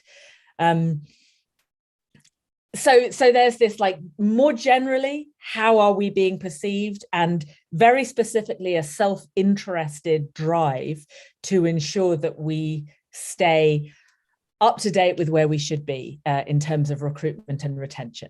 And nobody who works in this industry doesn't believe that we have a challenge in recruitment and retention. Good point. Oliver. Yeah, I think I echo the point about role models. I think and that comes to the point about the industry being accessible in terms, or perceptively accessible. I also think that, you know, prejudice comes from a lack of understanding about what strengths and weaknesses come from certain situations. You know, from a disability perspective, people get ruled out because on a very, very basic level, rather than actually looking at the counterbalance of what someone can achieve. It's not even what they can achieve in spite of that. Actually, what having any given disability can mean that you do more than someone else. So it actually adds to a skill set. The level of determination that I observe other people, you know, I have friends who have disabilities. I work with disability charities, and I see the skill sets that are available there. And I think actually that's incumbent on recruitment processes and HR departments to actually understand that there's a talent pool there of skill sets which isn't being used. And kind of with that as well, it's a sense of really understanding. I mean, again, from personal experience, and that's all I can draw on, is the fact that I've done sales roles, I've done operational roles, I've lived in different countries, I've overcome challenges which perceptively people, and I have been told this directly from people, they have had doubts that I could do based on my disability, and I have done them. And that's not because I'm special, you know, that's because I have determination, I have a certain number of skill sets in order to do those. And that's no different to anyone else with a disability. Where I'm lucky is that it's not obvious. So when you can say to someone, you know, by the way, I have this difficulty, but I still can do this, then it's easier to convince them to do that. But you still have to convince them, and that's the issue. With people who have more obvious disabilities, I don't know what their life is like, and actually, to be honest, I dread to think about it. You know, whether they just get dismissed out of hand, I can't comment on it. But that would be my fear, given my experience of the industry so far. And I have worked for some great companies who have backed me fully, but I still have people kind of question my ability to do things. Yeah, well, certainly you are proving this as a role model today, as we have about. And it's part of the reason I'm doing this. 600 viewers on YouTube right now, and the podcast on Spotify is already trending. So we are definitely going to have many people being inspired. I completely echo, and that's the point. I'm not doing this for me. This is for other people. Zoltan, can I ask a follow-up of Oliver, if you don't mind? Oliver, I was just wondering, how do you feel that the move, because of the pandemic and move to remote working, has that benefited people with disabilities, do you think? This would be pure speculation, possibly, yes. I would be very interested once we get out. I mean, I work in sales as well, so you know, we're at trade shows all the time and things, and that's the piece where I haven't been able to see. But it's not, again, and again, there were probably companies where there were people with disabilities doing lots of different roles, and this is the outward perception that I have, being, you know, doing the commercial kind of focus of things. But it would be a guess, but I would say yes, it probably has helped people, because they don't feel that they have to put themselves out there so much. They don't have to throw their disability out and say and invite judgment. Yeah. It's interesting. The proof will be in the pudding, I think, once the pandemic hopefully continues to wane. From my perspective, finding role models from diverse backgrounds is a generational challenge, because it's only once you invite the new generation in and they filter up into senior positions that these role models will actually become figureheads for the industry, to Iris's point. And it's important to get those recruitment practices correct and right, and to include 23% BAME hires in your London recruiting. Yeah, absolutely, your team should reflect the wider society, and if it's not, you should probably be asking yourself, why not? And it's been proven that those organizations whose employees are representative of the wider population are actually better at developing products for the wider market. And so there's very specific market reasons why you should be doing this. It's not just for happy, feely, good times. It's for very specific market reasons that you should be going on to this journey. In addition to that, you've got the gambling industry, which is now being seen more as an entertainment vehicle as it starts to liberalize through North America, and you have partnerships with likes of Meta and other gaming types of organizations. I think the gambling industry is going to go through huge change over the next 5-10 years, and it will be those who do embrace these new ways of hiring at the junior end, if you like, that will see success. So you all pointed out, and we all know that more can be done when it comes to diversity and inclusion. But can you give a specific example? How can change be made? Same round. Sure. So yeah, I think that change can be made, of course, from within individual organizations. So any organization that chooses an approach that embraces diversity and translates this into in a way that the company culture is, so people understanding each other, and also I suppose really living the strategy, basically, or whatever they've decided for diversity and inclusion, what it should look like for their company, or what it does look like. Because I guess it's about finding value in the strategy, then translating it into understanding how to roll this out through your company, and to how to explain to everyone what this behavior is. What does this behavior look like? Because we can all describe diversity and inclusion, but what does it mean on a day-to-day basis, working with your colleagues and showing up in a boardroom or doing a presentation where you are maybe a minority in that room. So, for people to understand how that must perhaps feel to you, to be aware of that, and then to find a way to work together in such a way that it's not something that matters anymore. And I think that it's something that we're all very aware of, but not everyone is sure how to approach it or how to practice this. So I think that there is a lot to accomplish in just training and examples, and also trying to get across a point of view of another person, or to explain how they may feel in a certain situation, or how it may be different for them, or they may already have the idea that there's prejudice, or that they're perceived in a certain way that other people maybe aren't even aware of. So I think that is just very important to just be conscious, and to bring forward this consciousness across the company. Okay. I think I agree that you really have to look at your policies and your processes. And I think one of the things we should always be doing is looking to other industries to look at what best practice is in other places and take inspiration from them.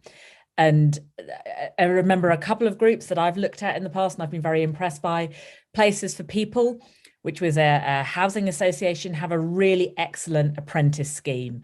I'm a big fan of apprentice schemes. I'm a big fan of bringing in socioeconomic diversity and finding ways to bring people into the industry who might not previously find their way through.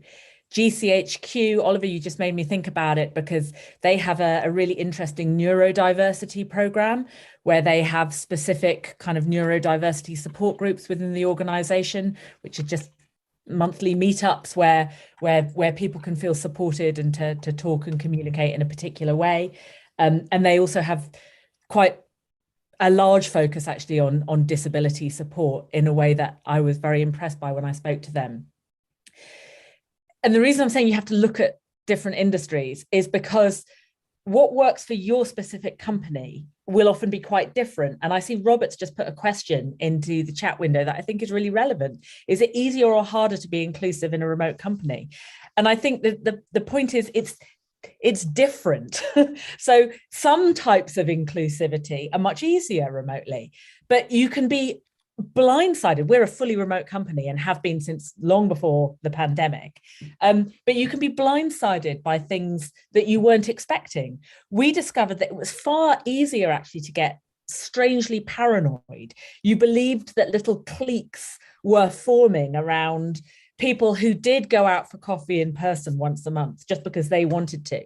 But the rest of you who weren't doing that felt weirdly excluded.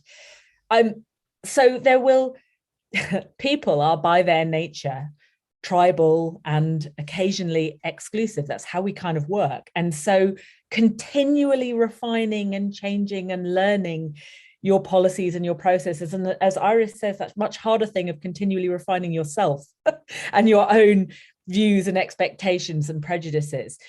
There's no one silver bullet. You always need to be looking more broadly and continually improving. Thank you. Ollie. Yeah, I mean, I agree with everything that's been said here. And I think, so there's one thing which crosses over that from what Robin said about I'm very, very interested to see from disability how I know there are problems still, but the US has got a much more healthy inclusivity culture at the corporate level than actually a lot of European countries do. So I'm very interested to see how that culture kind of then influences the more old school kind of gambling sector. So that's going to be quite interesting for me. The other point as well is I agree. I think for me it's very deep culturally. I think companies need to ask themselves this at every level when they're promoting people, when they're recruiting people. They have to ask themselves what prejudices am I bringing into this? Because people always bring prejudices, and actually have some self-analysis and self-discipline and self-thought about. You know, you can't. I agree with what Helen says. You can be very navel-gazing. You can overthink things. You can. But I think there's a simplicity to, am I judging that a person can do this job based on their ability to do this job, or am I bringing something else into the room from elsewhere? And that could be race, that could be gender, that could be disability, that could be background. And if a company is open and honest about those things, then they can educate. I'd say bring it out into the open, really. That's my point. If there is prejudice, then understand that prejudice. Don't try and kind of overcome that by kind of overcompensating, saying, well, we are inclusive, we do all these things, and you can whitewash these things. I think it is actually better to understand where prejudice in these areas comes from. Is there an education piece? I have spent a lot of time telling people, well, you can't do that because you can't see it. Actually, no, I can do it because I can do these things, but I would like you to help. And that's, you have to understand that comes from, again, confidence in the industry and a longer career. But there are people at the start of that who won't necessarily be able to kind of say, actually, I need this amount of help and to do this and do this, and then I can do what you expect me to do, and I can do it better than this person. That's the area. That's the holy grail where we want to be in terms of disability, in my opinion. Yeah, you have to be motivated and given a chance. Give everyone a chance. Okay. That's the point. Robin. To follow on from Oliver, I think there's real difficulty if you have those problems in your organization and accepting that you are biased, and especially at the top, there's a real lack of interest in actually talking about it, and it takes, again, generations for these types of behaviors to change within organizations. And so accepting you have that bias in a corporate culture when you're in senior management is probably not something that most people would do. One of the ways I've seen in some of the organizations that I've worked for previously have changed for the positive is actually just to pick a particular program or topic or something that's close to your heart to introduce the topic in a positive way, be it supporting women into different types of roles in for technology that's particularly relevant for us, people from different backgrounds, or raising money for a particular cause or organization. And once you start to introduce those types of conversations into the corporate culture, then they can have a snowball effect because more people will want to get involved, and you'll see the positive ramifications of that.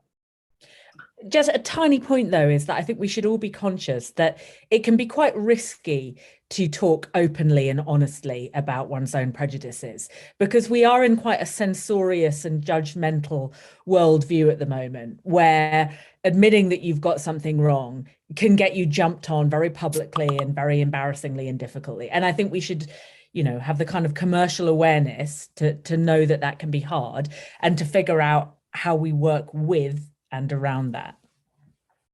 All right, so I will throw you guys a trick question now.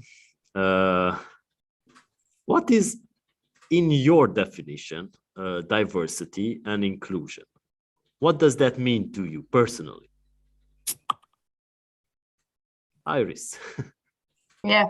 I think it's a lot to me about empowering people and appreciating their differences. I think that for me, if I had to explain it, I think it would be to see each other's differences, but not treat each other differently. I think that for me is a big thing. To always, as much as possible, just unapologetically be yourself in whichever industry you work, in whichever position you work. Of course, bring your best professional self to work, but never forget to be you. And I think that the more people start to embrace that and carry that, the more it reflects on diversity and inclusion. I think it just starts within yourself to try to bring that forward and to bring that to work and to bring that to your industry. And then I think that that is a way to position as a role model and to bring across diversity and inclusion. If you're not an evil person by nature. If you're not, no. All right, Helen. I think I would go with a straightforward question about, does your company makeup reflect the society around you? And if not, why not? There might be some really good reasons, but there might not be. And the follow-on to that, obviously, is Oliver's point, which is that, are you enabling access, or are you perhaps entirely unconsciously placing barriers in the way that are the reason why your company makeup does not reflect your society's makeup? Great. Ollie.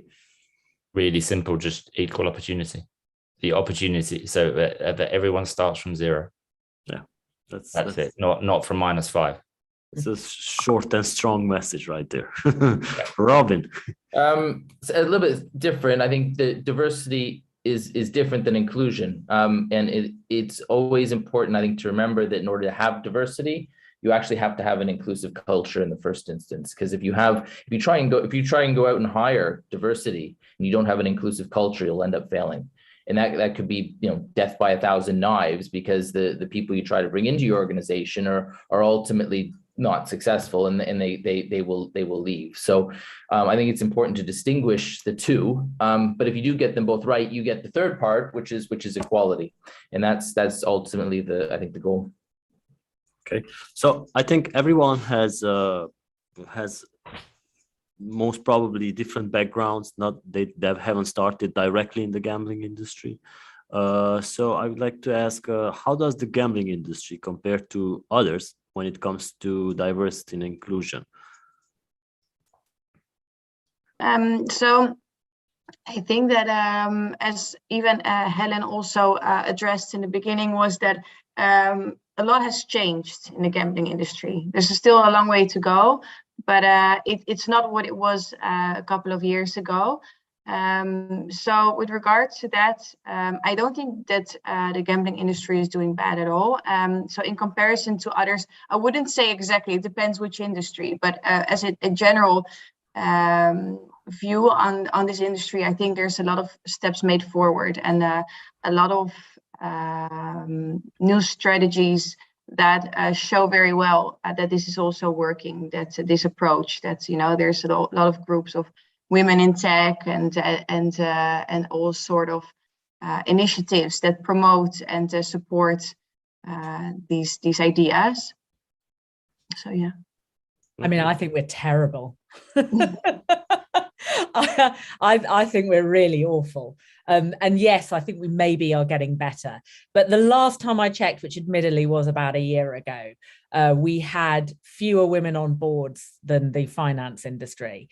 And certainly when you look at the numbers, just to take it very UK focused for a moment, when you look at the numbers of PML holders who are women or who are from BAME backgrounds, I mean, it is minute. And at some point you have to look at the hard figures and not just the, are we trying and do we think we're doing something? And yeah, so I think we're pretty bad. But as I say, I do think there are a couple of bright spots in the gambling industry that we should be proud of. And the first is that I think our internationalism is an incredibly positive thing. I think the fact that at any gambling conference you go to, you will be meeting a really large number of people from different countries. It is not all UK, US and Netherlands in the senior leadership positions. And that certainly is true of some other industries that I have worked in. So that's good. And the second thing that I think is good is that traditionally we have had a large number of people without traditional university backgrounds. Indeed, one of my fears, weirdly, is that as we professionalize, we might lose that and that we might become a much more, oh yes, we're just going to have lots of nice middle-class people with Russell Group university degrees. And I think that would be a true loss. And I hope that we remain focused on thinking about broader forms of diversity and access. Okay, thank you. Ollie? So I love this industry. I've had the best time working in this industry for the over 15 years I've done it, and I've worked for some amazing companies, and they haven't held me back personally with the disability that I have. And you know, I love my current company, and they you know, they're happy for me to push on this platform. So in terms of the industry, I can reflect really well on it. I think we're starting from, you know, in terms of disability, we're starting now. And I really want to echo what Helen said as well. I actually think one of the reasons that I have been able to do what I've done is because of the nature, is because of that inclusivity. It's because the industry, by hook or by crook, has invited people from different backgrounds, and there is that ability to fight. I think there is a methodology there that we can all learn from and realize how the industry can become more accepting and open to you know, greater talent pools and people from different backgrounds and people with different difficulties and people from different genders. You know, this is something we can learn from, and I think it's important that, you know, the conversations like this allow us to do this, to actually say, actually this is a great benefit to us, and it actually creates growth and agility and all the wonderful things that we want when we're growing and building companies. So, but you know, there is a huge amount to do, because like I said, I think that most people with disabilities in this industry are ghosts. You don't see them, or they're not there. So that's a problem. Okay. Robin? I'd largely echo what Helen has said, and specifically around the internationalism brings, you know, both good and bad, I think, to the table, because you have different markets within that internationalism, which bring very different cultural backgrounds that may or may not promote diversity and inclusion. But the fact is that through that international community is actually also the solution to that very specific problem. So largely I'm in agreement, I think, with what Helen was saying. I like how everybody is agreeing with everybody in this panel. Okay, so another interesting question, which I like to ask during responsible gaming related panel discussions, is it what are the long-term consequences if we ignore diversity and inclusion? Right. Long-term consequences if we ignore. Well, the thing is that. Or it cannot be ignored anymore. No, it cannot be ignored. It shouldn't be ignored for sure. And I think that that's the thing that I'm glad about, that the trend came up with promoting all these initiatives for inclusion and celebrating each other's differences. I think that, that's why I really appreciate this coming forward. As it's kind of like a whirlwind where, it started as a small breeze and it's just building larger, and it's becoming a hurricane basically. And it's something that cannot be ignored anymore. And I think that's what I'm really grateful for. And that's why I'm also very positive about the outlook in the future for this topic. I can't speak really for all minority groups, but as for women in the industry, I think for long-term perspective, I think that it is very positive. As I said, I'm looking up to role models that were an example to me, and I'm hoping to be a role model to a younger generation. And I think that it matters whether there's visibility. If you are there in a certain position and people see you there and people know that you're there, then it matters that you're representing this group of minority, and that people know that it's possible to accomplish this. So that's what I want to do. I want to be on webinars, and I want to show up, and I want to be here for people to see that this is very important to be a part of this discussion and to carry it forward. Thank you. Helen. Listen, if we don't improve our diversity, we will have a shrinking talent pool and we will have rising costs. We already pay well over the average on a per salary basis in this industry. And I think that is entirely linked to our difficulties in recruiting from outside the industry. That alone should be enough to be terrifying everyone into taking it unbelievably seriously. But I think the second point is a moral point, is that all of us know that none of us want to be sexist, racist, ableist. Nobody wakes up in the morning and goes, that's the person I want to be this morning. No, I'm not sure about that. Maybe there are some. They tell themselves a story so that they're not saying that's what they are.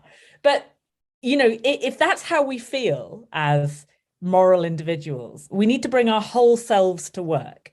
And if we don't, if we encourage some kind of division between the person I am at home and the person I am in the office and at work, that is how bad behaviors occur at work, the kinds of bad behaviors that are company-ending events. And I always say you don't have to look just within the gambling industry to see things that can cause a regulator to shut down a company or to see it fined out of existence. You can look at mechanical engineers who were cheating on emissions because they weren't bringing their whole selves to work. They were doing something that they knew to be immoral because of various pressures that they were under. And I think that is what we should understand, all of us, that we are our whole selves and we want to be that person in the office just as we are at home. And if we don't, we will see our industry collapse, and arguably so it should. Thank you. Ollie. I think, to add what the guys have said here is, I think that we work in an industry where there is, where morality is questioned daily about what we do.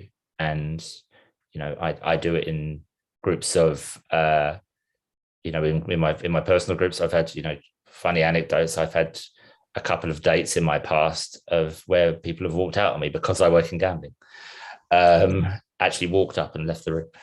And I think we have to kind of accept that it becomes more and more difficult if, as Helen said, if we're not joining as our whole selves in this, in with our work and our personal lives, it becomes very difficult to then, speak with a moral and a kind of authoritative voice outside of the gambling industry about what we're doing and about the merits of our industry, which there are many. So I think that's a danger. I also, to be positive, I actually think there's a lot of momentum. I do think, yeah, as Iris said, the cat's out of the bag. The fact that you guys have had these conversations for the period of time that you have has given me the confidence to come forward and talk about disability. So there is obviously a momentum here, and long may that continue. So I think that there are dangers. Yes, we would lack the moral authority that we need in order to kind of keep our industry justifiably going. And also, but I think we're making progress anyway. Great point, Robin. Yeah, just on that, I think you ignore taking gambling as responsibly at your peril, and as it gets closer and closer linked to the entertainment industry, that's just going to continue to push the fact that the responsibility of the industry very much lies in itself in order to succeed, or it will be swallowed up. And in regards to the talent attraction element and attracting people into the industry, there's 1 million job vacancies for technologists across Europe, across different industries, and the same is true in the United States. And now you've just regulated the industry right across North America, and you want to keep pace and attract more people in. And the only way you're going to do that is if you start to talk to and approach and entice different groups from different backgrounds into careers that they hadn't considered before. And there's a very, very good mandate and story to tell if you get it right. For the past 2-3 years, we have been active in more industry, not just the gambling industry. We're also doing conferences for artificial intelligence, fintech, blockchain, so on. We have been connecting these industries together throughout some conferences, and we have been sharing these type of discussions. So my next question would be, as someone from a minority or majority background, what has been your personal experience working in the industry? I will be switching off my video for 1 minute, but you guys can answer in the meantime. Iris? Thank you. So with regards to my personal experience, I have, of course, good and bad experiences as expected, I suppose. And it's always a little bit difficult to pinpoint whether it's a bad experience because of self-limiting beliefs or because there is really and truly some prejudice or something to that extent at play. So it is very difficult to know per se when you're being affected negatively because of perhaps different perceptions towards your minority group or the group that you're maybe representing in a certain position in a certain industry, or whether it's actually a matter of a company culture where you're just experiencing some sort of discrimination, perhaps to some extent, or being treated differently. So it's always difficult to know for sure, and I think that's why it's a very important discussion, because there's a lot of elements of people being treated differently that are not very visible, or not very out there, not very very clear, let's say. So it's always important to continue this discussion, to understand how something may affect someone of a certain minority group that others may not even be aware of. So I was sometimes aware of the way that I was approached, but I wasn't always 100% sure whether it had to do with being a minority group or not. So I think that it's a very interesting discussion around that to bring forward, to just always be aware of how you approach someone else and how you would like to be approached. So I think that's the thing. How you would like to be approached is how you approach another person also. So that's my experience. So there's some good, there's some bad, there's some doubtful situations where you're just not sure what it's about. But I think overall, I'm positive, about my experiences. But I think it's also good to use them as a learning curve and to bring them forward for relevance for future generations, and as examples for ways maybe not to approach certain situations or people. I'll just come out and say I've never experienced so many obvious and glaring examples of sexism as I have in the gambling industry. That's whether I've had somebody asking if I was my co-founder's secretary. I've been presenting at ICE and had the person I was presenting to turn to the junior developer standing next to me and ask if he was the brains of the company. I've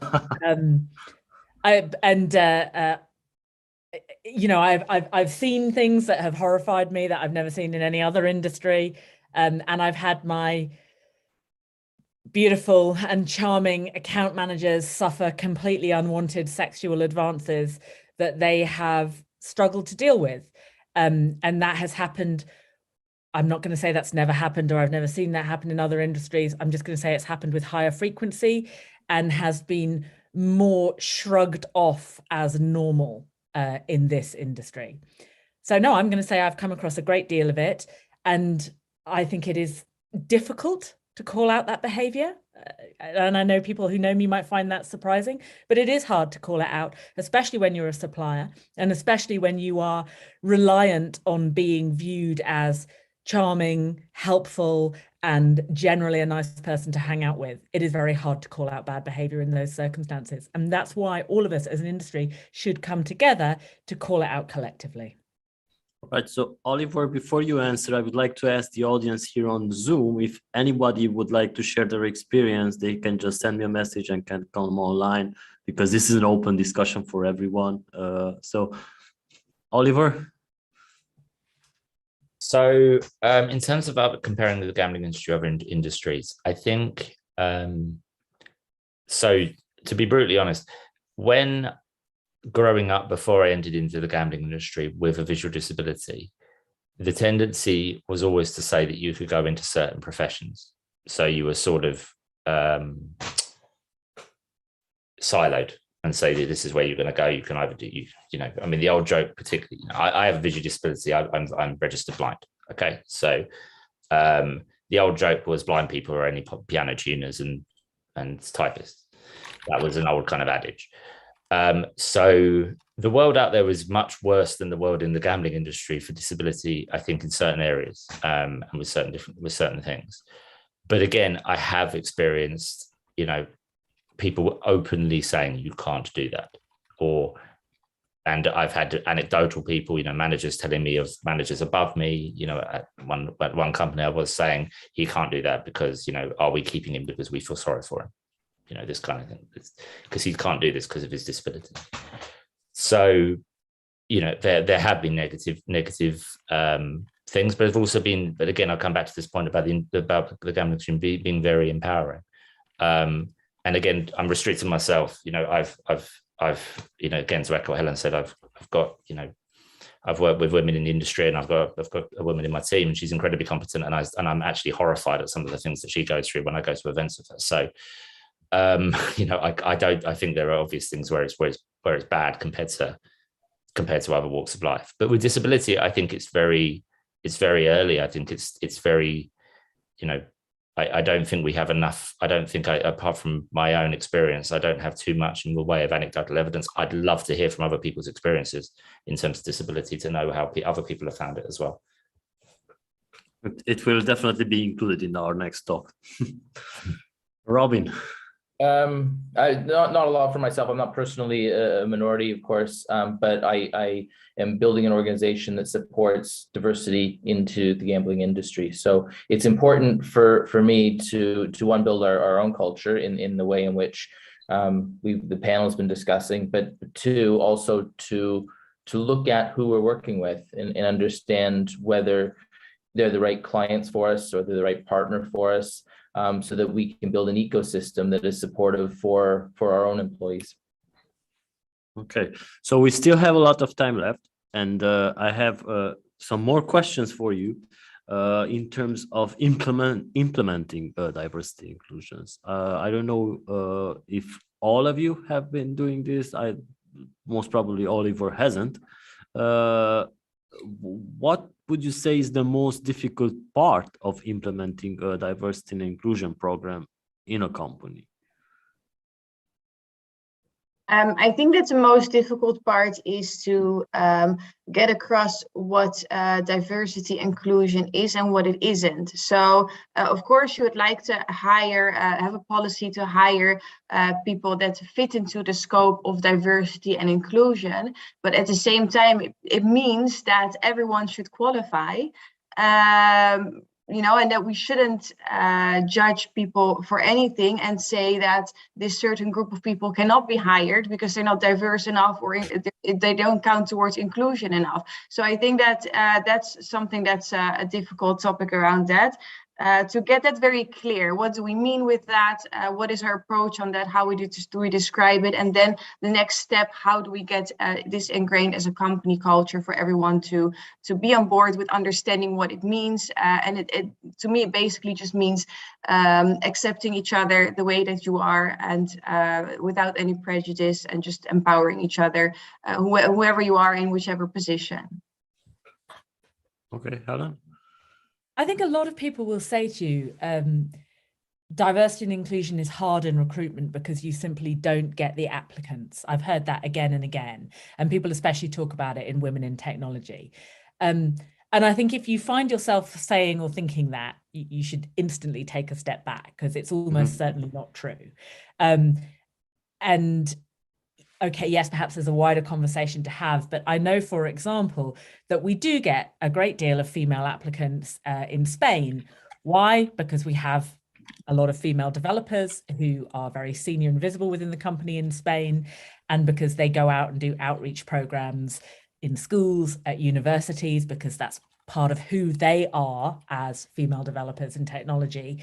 And therefore, we're sort of known in that region and we get a lot of applicants.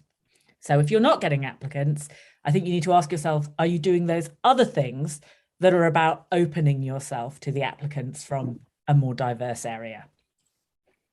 Got it. Oliver, maybe you would like to add to this in terms like for what would be your dream and what would be the most difficult part of implementing such a dream? I mean, the first thing I'll say is like from an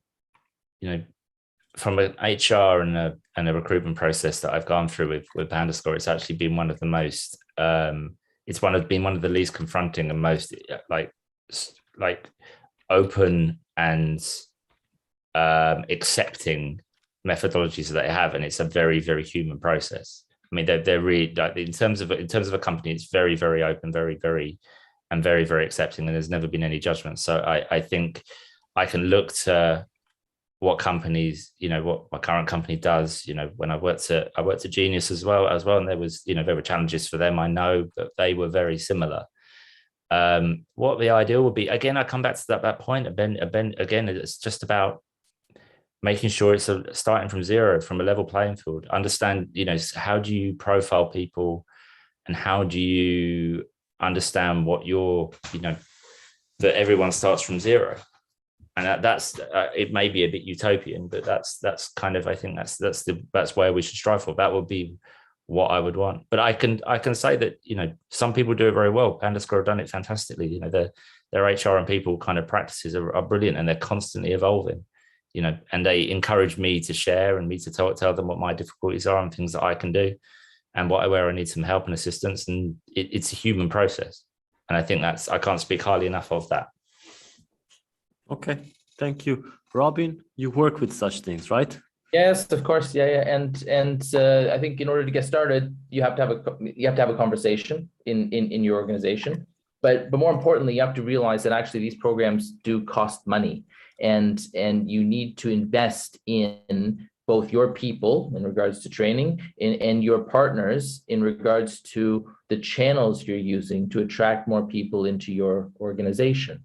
In our organization, we partner with lots of different groups that represent lots of different communities, and that's how we bring in and tell the story of our clients to lots of different people. And because we do that, we get applicants from all different types of backgrounds. We built tech programs that include well north of 50% female participation in regards to software developers. And actually, I don't want to say it wasn't easy, but if you make that your mission and your purpose, and you put some drive and some resources behind it, there's no reason why you can't succeed. So there's got to be the will in order to do so. In order to have the will, you do have to sponsor these programs within your corporate culture. And another question for everyone: have you seen any resistance in regards to implementing diversity and inclusion? Personally, have you seen any? Yeah, I think that's, diversity and inclusion is always applauded, but then in reality, of course, once it has to be applied, there's always then there's a different minority of people that may not always see what Oliver is mentioning, to start from zero, to view everyone in the same opinion, starting from zero. And I think that's the part that in reality everyone likes the idea, but to get across the way that everyone will embrace this, the way that it's intended to be applied across the company is of course a second step. So yeah, I think that it's all about progress. We're considering where we've started to where we are now in all of a lot of industries, and especially in gaming. A lot of progress has been made, and there's always going to be people that need to be convinced a little bit more, or to step outside of their personal reference or personal way of viewing things and of perceiving other candidates. So I think that as I think Helen also mentioned in the beginning, there's also your personal reference and your personal opinions for certain people, and then there is what is expected at work and in work culture, and then the change all around it. I'm not sure exactly how Helen described it. I don't know if she wants to touch back on that topic, but this is what is coming across for me. I'd just say, look, Robin made the point. As soon as you start asking for budget, people are suddenly slightly less keen on anything, right? So some of the tricks are how you can show a fairly immediate ROI on lowering your recruitment costs and increasing your retention. And as soon as you can do that, then everybody's a fan. Okay, so any of you guys would like to give some shout out to some programs that have been excelling in this, in the gambling industry? Well, I'm going to give a shout out to our developer Naikari, who runs and who goes to schools to work with girls who code, and who is continually asking me for, the kind of sticker sheets and merchandise that we give out at gambling conferences. And I have to make sure that they are utterly suitable for girls who code. But I mean, she does brilliantly. It's not that we said, go set up a diversity program. She said, I'm doing this, by the way. And, let me applaud more people who do that, because they are bringing their whole selves to work, doing the things they care about. And a teeny weeny bit of credit to us goes for supporting her, but it's only small. It's really all to her. Okay, so as some closing remarks, we will take a 20 minutes break after this. What would a future, let's say, I don't like this type of questions usually, but let's say we're in 2027 and we are still in the gambling industry. I hope we all are. What has changed since 2022? Iris. What has changed?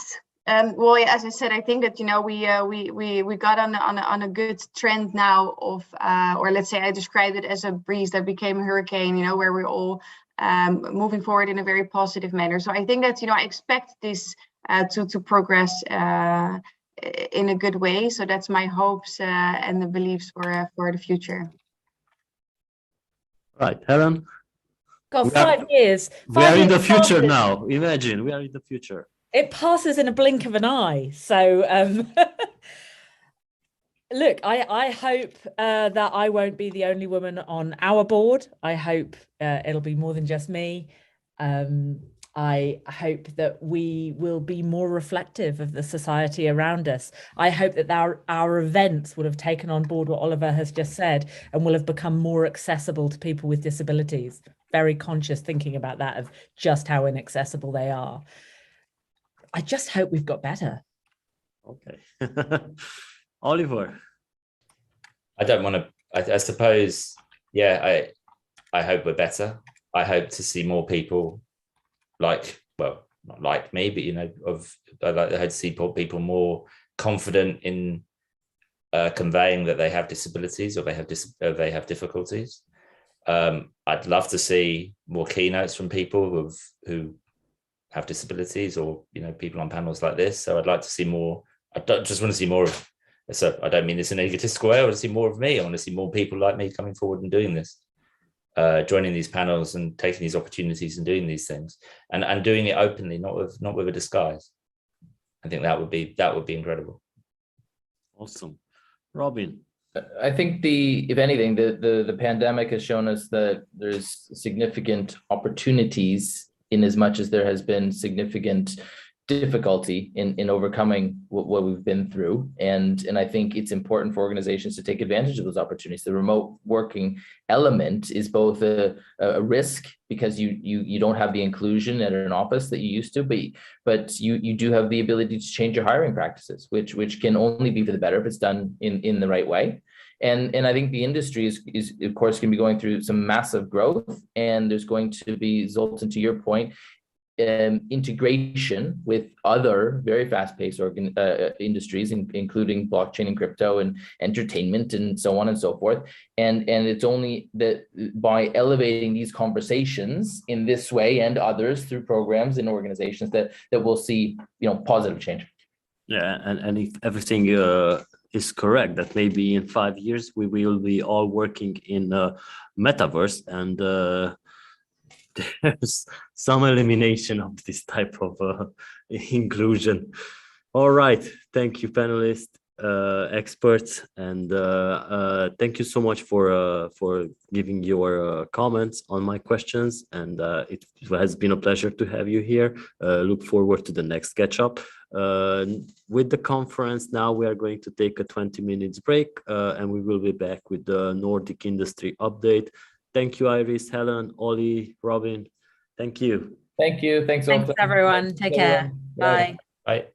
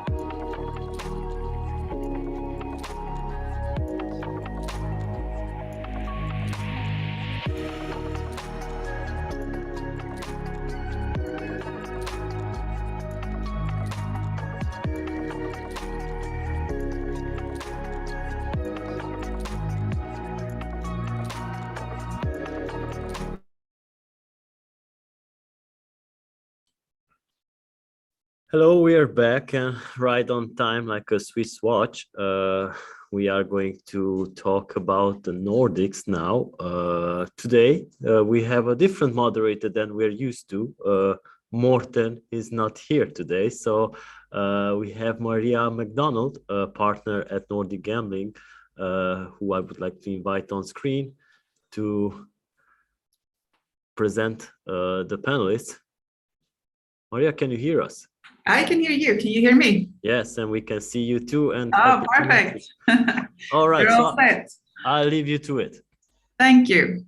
Well, as Sultan kindly said, we're here today to have a discussion and a panel about and bring you up to date with the Nordic region and the latest developments here. As Sultan also said, I'm a partner at the legal firm Nordic Gambling, and I'm your moderator today. I hope you don't have to hear my voice too much. I'm sure our excellent panel will provide some insights and food for thought. I will actually leave for them to introduce themselves. Charmaine, I don't know, would you like to do the honor to start? Thank you very much, Maria. Thank you, Zoltan, for having me here.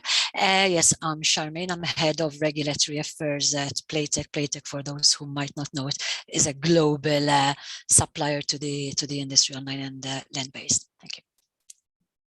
Great. Jari, can we hear from you?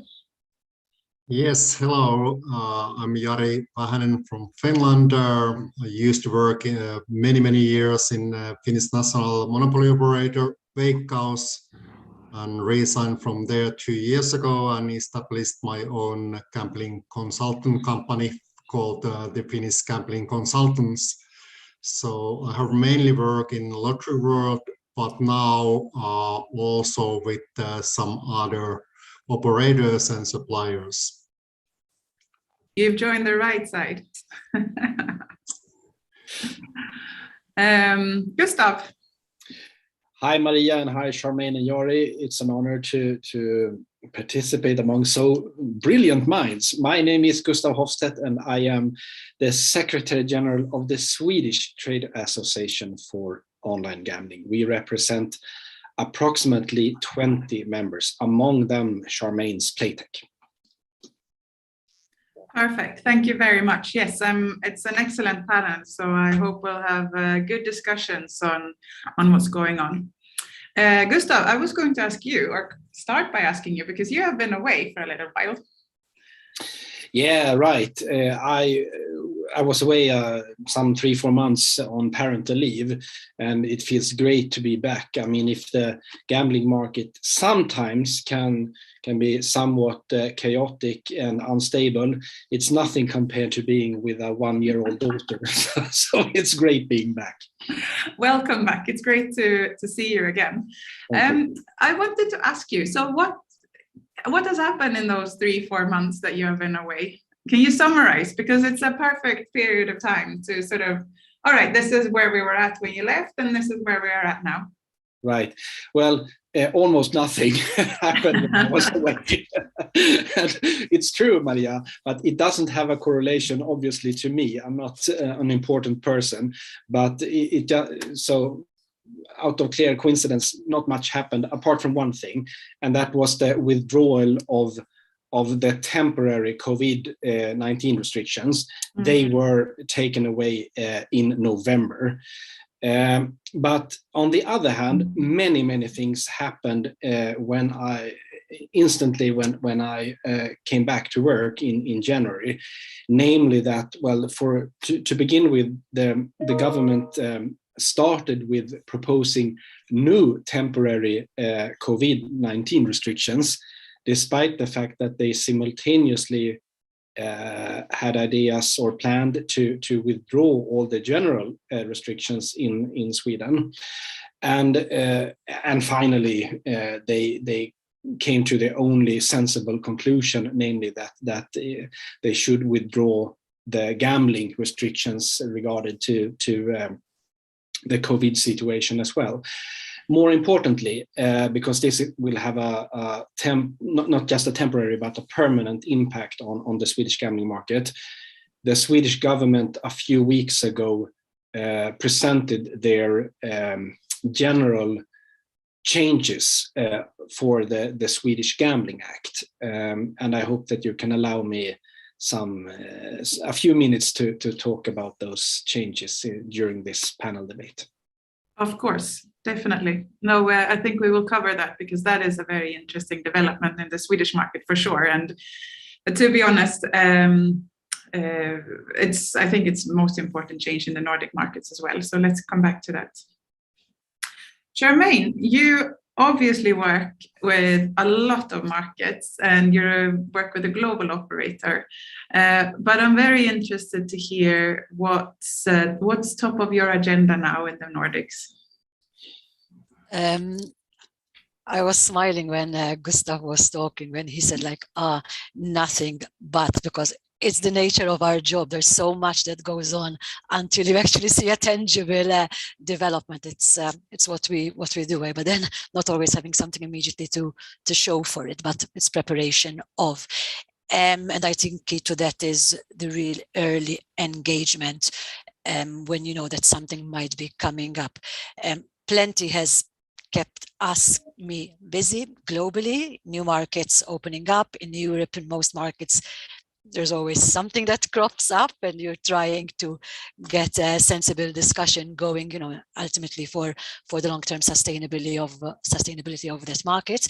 And that's where Sweden comes in. I mean, we've been discussing, cooperating, submitting responses to the Swedish inquiry for quite a while now.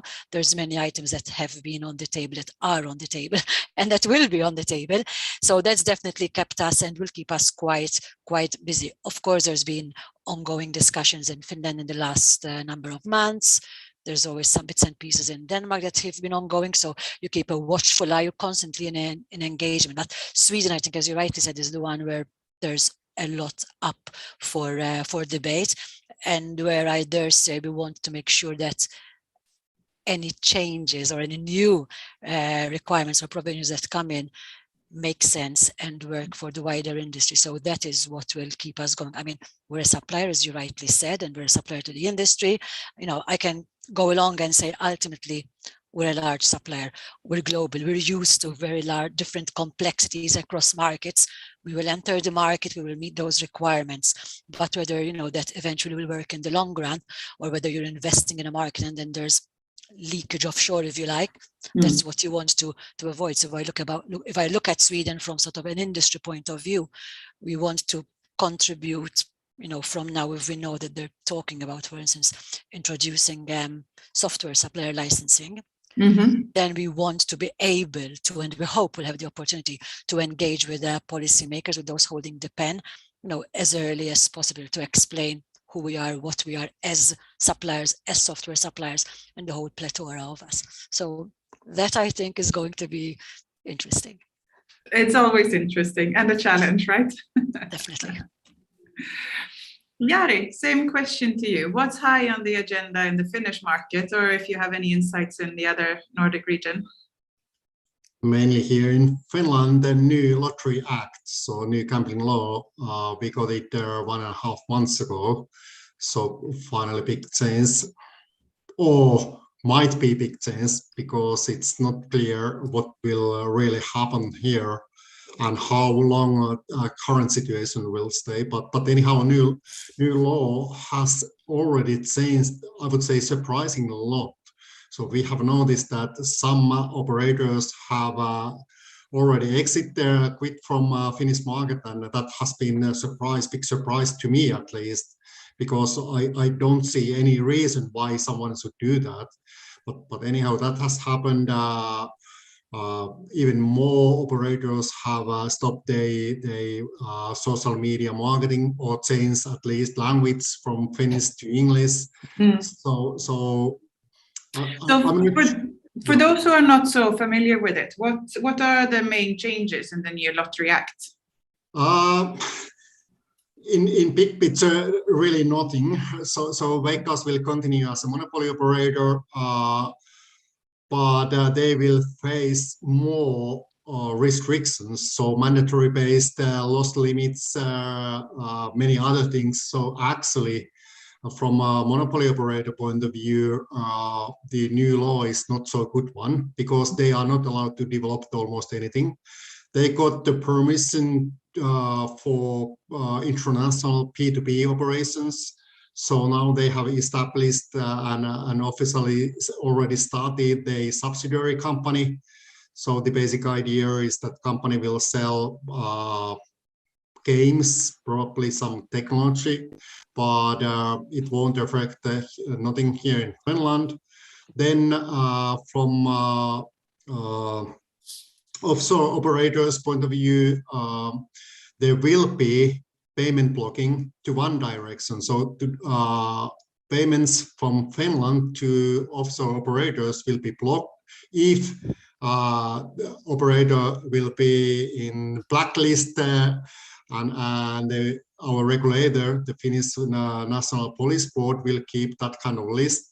But that system will be valid at the earliest next year.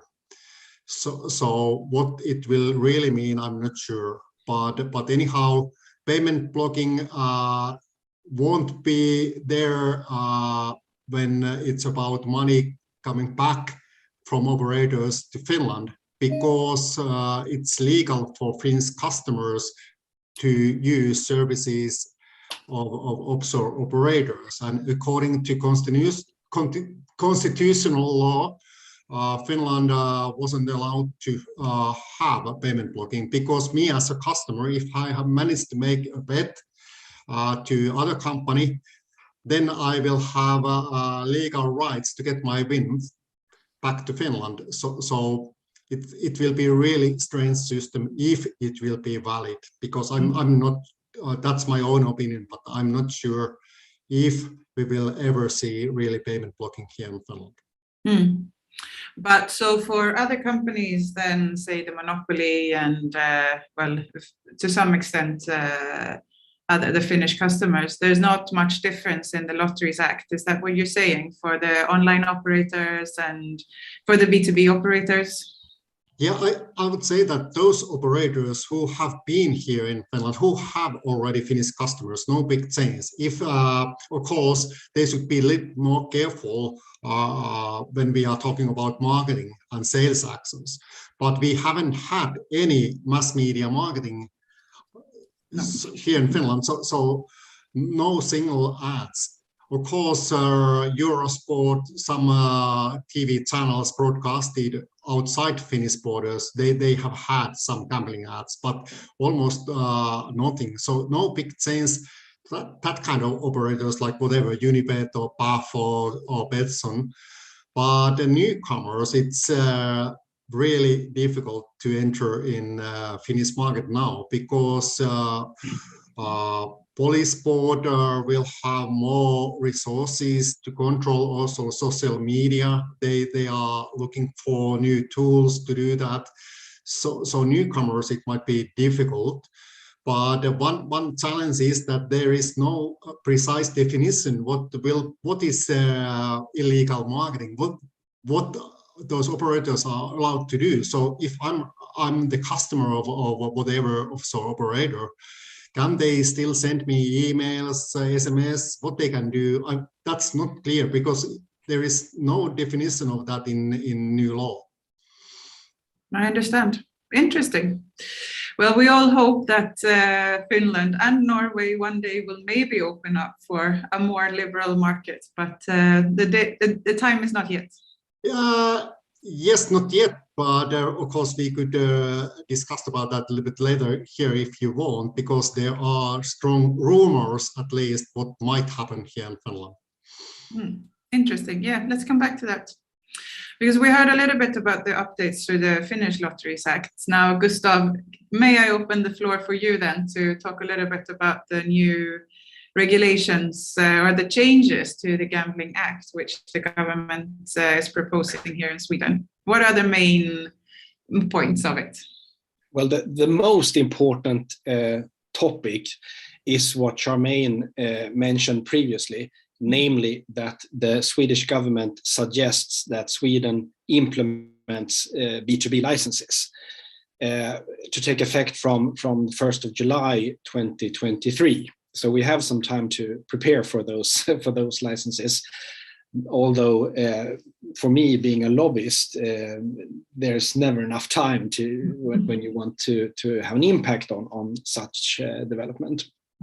The scope of the B2B licenses is, and I believe that Charmaine told us about that as well. It's a scope of software. If you produces, provides, install, or change a gambling software, then it's mandatory to have a B2B license from the summer of 2023. Whereas, for example, payment providers and other businesses close to our industry, as it seems they don't have to apply for such license. The reason being to implement these licenses are that we are struggling in Sweden regarding the channeling into the licensing system. And by some, this is B2B licenses is viewed upon as the golden egg, the thing that the measure that will solve the Swedish issue with the low channelization. I don't agree.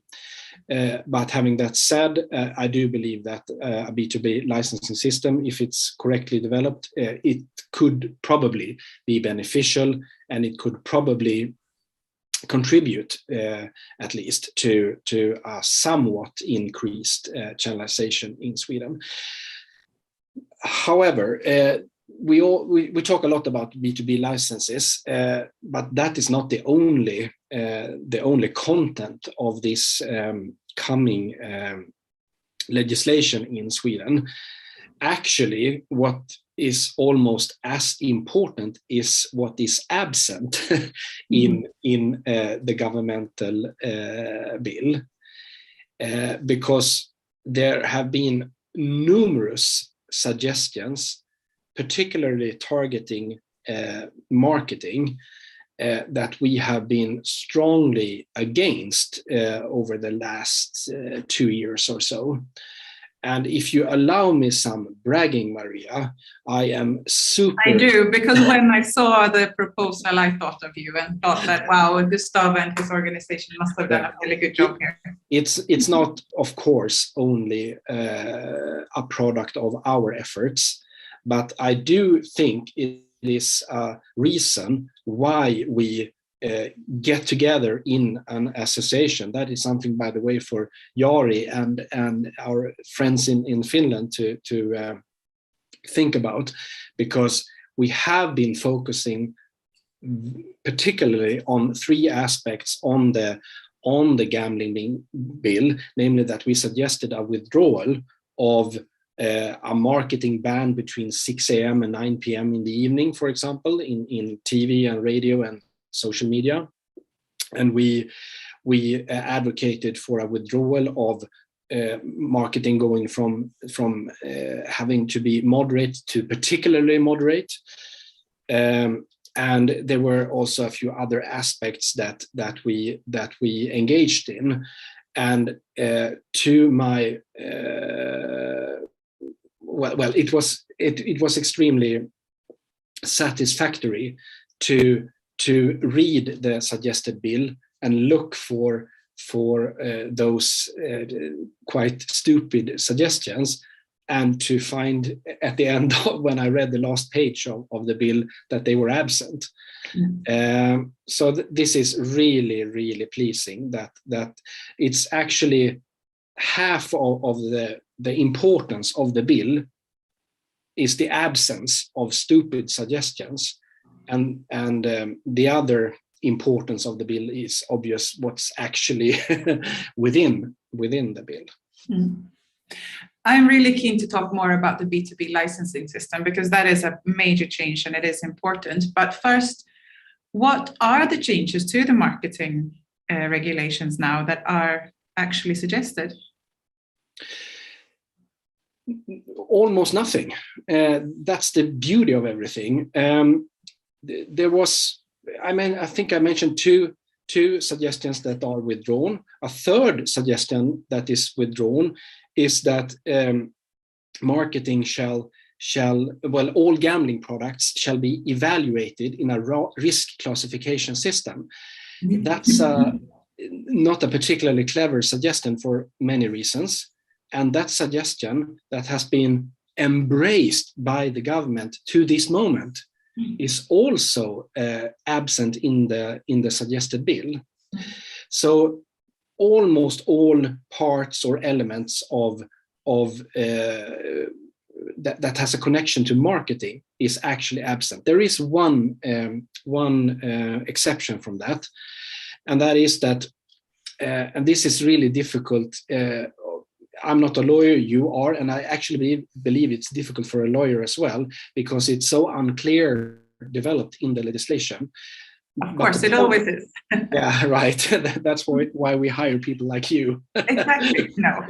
But anyway, the government is not included a risk classification system, but nevertheless, they advocate for that the Swedish Gambling Authority, as well as Swedish courts, shall nevertheless evaluate how risky games are when they evaluate whether their marketing is moderate or not. So the consequence is that an ad for a gambling product may be interpreted or viewed upon differently regarding whether the gambling product is, for example, online casino, something that is regarded as high risk, compared to an NGO lottery selling a few scratch cards. And I'm not particularly enthusiastic about this suggestion for a number of reasons.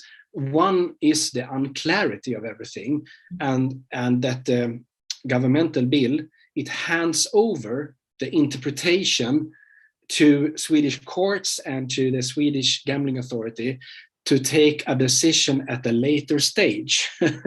And we know what that means. We've seen it after the re-regulation in Sweden. It means that all the operators, they will ask for guidelines, and they will probably not receive sufficient guidelines, and then they will continue with their advertisement. And afterwards, the SDA and Swedish courts will send invoices whenever they find there is an infringement. And you know, Maria, the amount of those invoices. I think in the worst case, it was 100 million Swedish krona, approximately 10 million euro. So that's a lot of money. It's a substantial amount, for sure. Yes. I think, even as a lawyer, I do agree with you. It's very unclear, and it is unfortunate for operators that the uncertainty in the market in Sweden will continue in another shape. But it will be for sure more a development within marketing and how you can market yourself in Sweden. Yes, but if I may add, Maria, we shall certainly not be pleased about that particular aspect of the legislation. However, things could have been much, much worse. Yes. So it actually looks quite good. And you asked me what kind of changes there are when it comes to marketing. And I spoke to a representative of one of the leading media houses the other day. He had also read the governmental bill, and he said that, well, there is nothing. There's absolutely nothing. So they were really, really pleased as well. And I guess this also calls for restraint within the industry. When the government and finally the parliament shows us that they kind of put the trust towards the industry, we cannot reply by being not moderate in our marketing or with a volume as high as it was in the beginning of the Swedish new regulation. We must prove that we understand the elements of legislation and moderate marketing, because if we don't, we can be certain that the government will come back with perhaps even harsher legislation at a later stage. So this is a beautiful moment for us to show that we are the adults in the gambling market. Sounds good. Now let's move back to what you initially started to talk about, Gustav, the B2B or supplier license. Charmaine, what is your take on the Swedish developments here? Is this something you embrace and you think is a good idea, or are you more conservative and wonder how this is actually going to pan out? There's so many facets to it. I think in blunt terms, sort of the immediate question when there's a policy intervention, if you like, you say why. In more proper jargon, like what's the justification for it? What is the determined need for that? And then how are you going to respond to that need? And you have, of course, EU law that comes into play in there, and we must not forget that should guide us. I think in Sweden, Gustav has mentioned some of them. The government, if you like, felt that there was a need to intervene on various fronts for their own decided reasons. I think channelization rates have been cited. If indeed, in comparison to when the market opened, there has been a decrease in that channelization, or there has been a leakage, if you like, to the back to the offshore, rather than within licensees, then there's something that is not functioning on the market. And then you have to see why. And the authorities believe that the B2B licensing is one way of addressing that. It's one way. It's not, as we've said, the only way. It will be one part of. But why do you introduce a B2B licensing system? Usually it's because you want to disrupt, if you like, the supply chain. And game providers are only one part of that whole supply chain. So, we can discuss whether or not that will be efficient in the long run. It will be a step towards. And then you come towards the second step, where you're talking about, okay, let's say they're talking about software suppliers. There are just so many types of software suppliers, large and small, like nano developers, if you like, to large ones like ourselves. And if in Sweden at the moment you've had a good supply, quite a comfortable supply to the industry, I suppose the policymakers would not want to, or should not want to, introduce something that would in any way reduce that content, that supply, because at the end of the day, why are you doing it? You're doing all of this to keep your players on shore, or to bring more of those players back on shore. But if by doing that, you're not allowing them to have enough of a choice, you've had leakage of your suppliers, then you're not really addressing the issue. And why don't I think it's the only sort of, or rather that on its own, it's not addressing the issue. For example, there is a bit of how can I say, lack of flexibility, or a bit of stiffness, if you like, when you try to go to the regulator and try to say, like, changes, I have a new product, a new game variant I would like to bring to market. And, we're an industry, we say we're innovative, and definitely we are. If you think of live casino, like, it's a constant, it's popular and it's constant. And you want to be able to provide onshore at least what the offshore are providing at the same time. If there's something new on the market and it's available on offshore sites while you're still trying to get the okay from the regulators, it's a boat missed. So there's various reasons. I think if we want to, all of us putting our collaborative efforts together in improving the channeling rate in Sweden, then there's a number of pieces we should take together. And I like one key point that Gustav mentioned, actually, and why, in my view, BOSS has done a great job so far, is collaboration. I always say it, at least on key items. It's really good to put our heads together as an industry. So when you go to the policymakers, we always tell them, like, we want evidence. You should have evidence with what you're unfolding there. But if all of us go with our own evidence or what we want, then, you end up with a shopping list in reality. And the policymakers have to sit there and go like, okay. And then that is where they end up picking and choosing.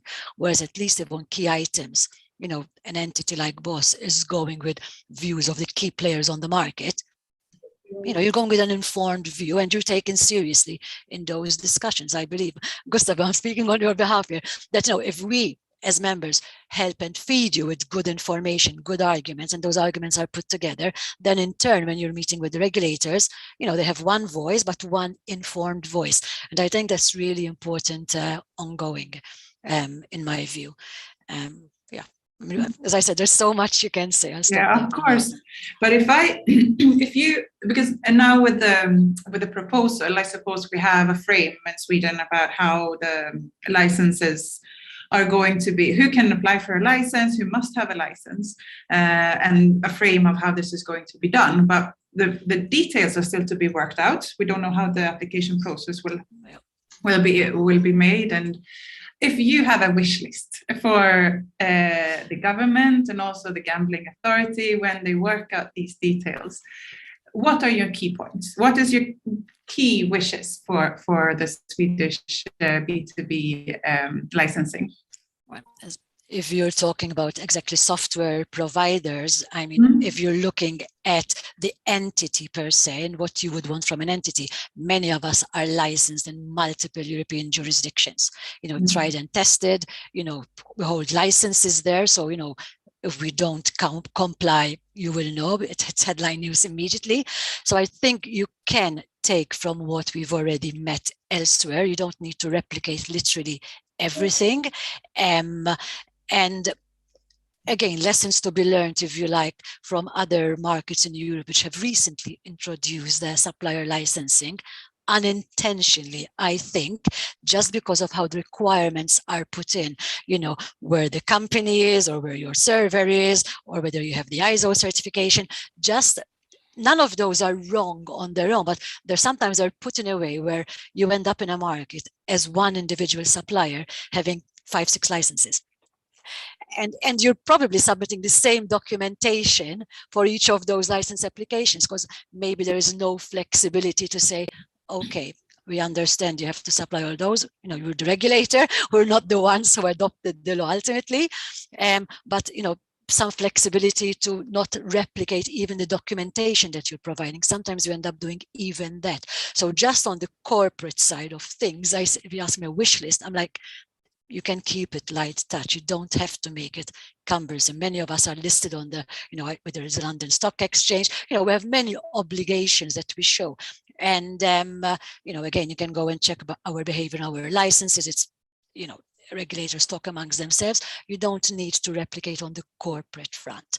And then other bits that you add, one key point is not to duplicate what you're doing if you want to add more to that license than just the corporate, because we've seen it across markets. Sometimes even for the regulatory authority, dare I say, they end up with receiving duplicate information from the operator and the supplier, and there's the same information more or less that you're receiving. Is that needed? At the end of the day, a regulatory authority has, I suppose, only so much resources.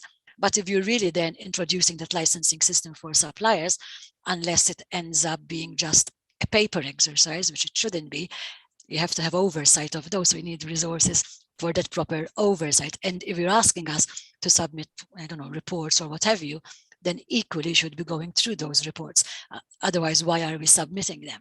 So, there's a lot that you can say, but a key wish list is like when we say keep it light touch, it's not just because we don't want to provide the information. We will provide it, but it's also about, there's got to be a reason of why you're doing those things.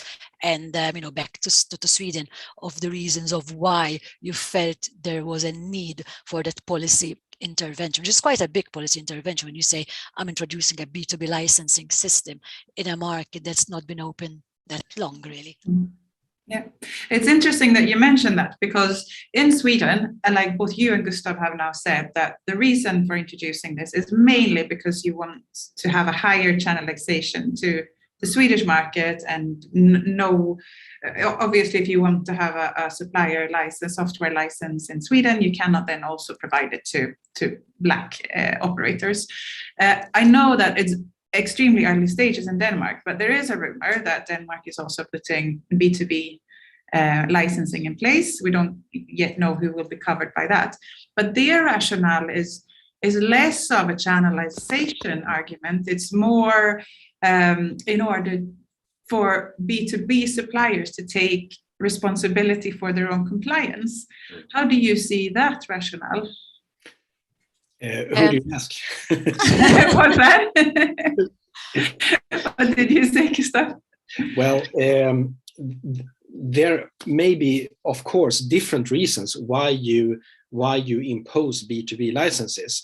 I'm just a local guy. Charmaine works all over the globe, so I assume she sees a lot of reasons for that. But I fully agree with that the Swedish context is to at least 99% focused on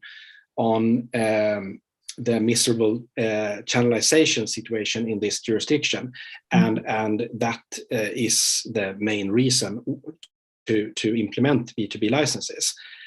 Once again, I think it's important for us in the industry to emphasize that this is not the golden egg. It seems like some political stakeholders in my own jurisdiction believe that this will solve everything, and it simply will not do that. I will start with what I said earlier, like why? I mean, we all say, look at the Danish market. Actually, we say it's a functioning market. We all use it as an example when we want to share experience elsewhere, especially new markets outside of Europe. So we look to Denmark and we say, like, it's a market that functions, the regulations make sense, the regulator makes sense.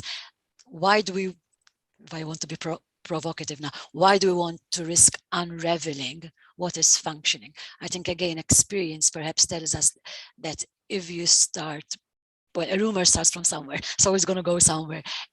But if you say, like, oh, we're talking about rumors about a B2B licensing, other things might pop up down the line if something goes, especially if it goes to Parliament. We're not the only ones who do our lobbying jobs. Many do their own lobbying jobs, and if they're doing a good job, you will find that in Parliament they'll end up with much more on their plate than what they bargained for, and you risk really unraveling a framework that is set out really well. And why do I think it is set out well? Because if you think about responsible gambling, the regulator has been able to come up and evaluate its guidelines and issue guidances. We've seen recently on certification, there's been consultations. So the regulator has leeway to do quite a bit, in my view. But if you go down the route of saying, oh, we want to introduce a B2B system because we want to shift, if you like, responsibility or more work onto the suppliers, that to me is not a good enough reason for you to risk unraveling something in the bigger picture. If, for instance, you say, like, oh, we feel that suppliers ought to be a bit more responsible on their game content, then I say, let's focus on that. It's happened in the UK. There's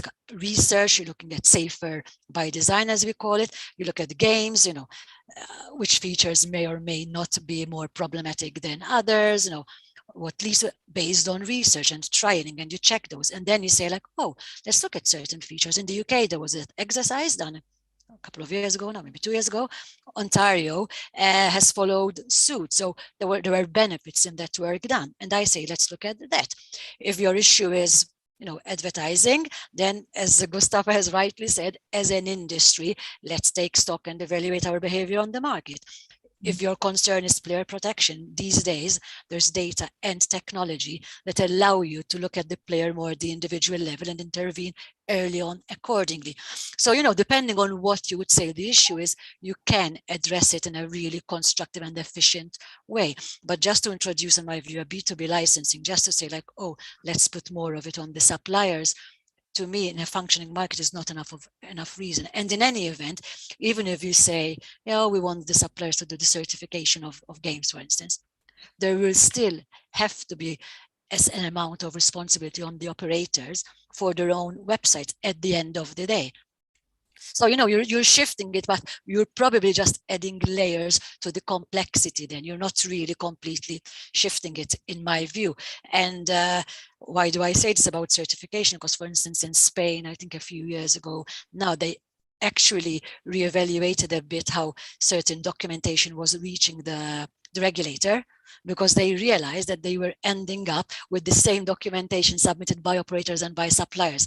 And now they found a way where I'm not going to go into the complexity of it, but if you've submitted it once, you don't have to submit it twice, kind of thing. But they realized that they were ending up with quite a lot of work on their desk that was not needed if you've done it once already. So I think there are ways and means of how you can address certain issues without having to go outright down a route and saying, oh, B2B licensing is going to solve that issue.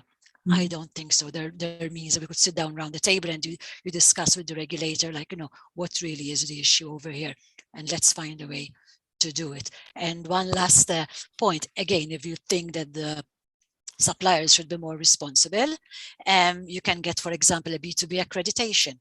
That's something which we did with Gemcare against the safer gambling standards, when you're held accountable for that. So again, there are so many possibilities that you can explore out there. And as we said, early on engagement, at least we would hope that you'd have that possibility to sit down with the regulators, with policymakers, and have that discussion for whatever reason they think that is the best policy intervention, that you can engage with them early on and share your views. I'm not the one who's going to go and tell the Danish politician this is how you have to do it. No, I can share with you based on my experience and others how it works and how it has not worked elsewhere and the complexities down the line. Excellent, very interesting. Jari, obviously monopoly in Finland, but before we leave the B2B issues and maybe focus a little bit more on what's coming in the markets, what responsibility is put in Finland on B2B suppliers to make sure customers gamble on the locally licensed sites?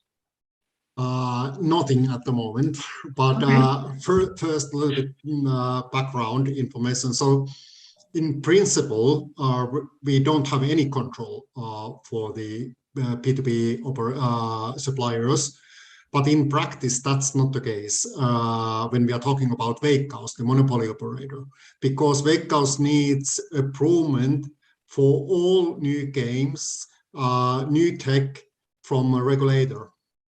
And that has caused big challenges when Veikkaus has organized RFP processes, because they don't have any documentation from regulator before RFP processes, just afterwards. So we don't have any official guidelines for B2B suppliers at the moment. And at the same time, I would like to mention that when a regulator is controlling Veikkaus operations and their suppliers, but you should remember that something like 30% already market share is outside Veikkaus. And then when we are talking about digital channel, Veikkaus has less than 60% market share. So over 40% of operations are not controlled anyway by regulator. So actually, I would say that Veikkaus is suffering a lot of very tight regulation, but at the same time there is open market.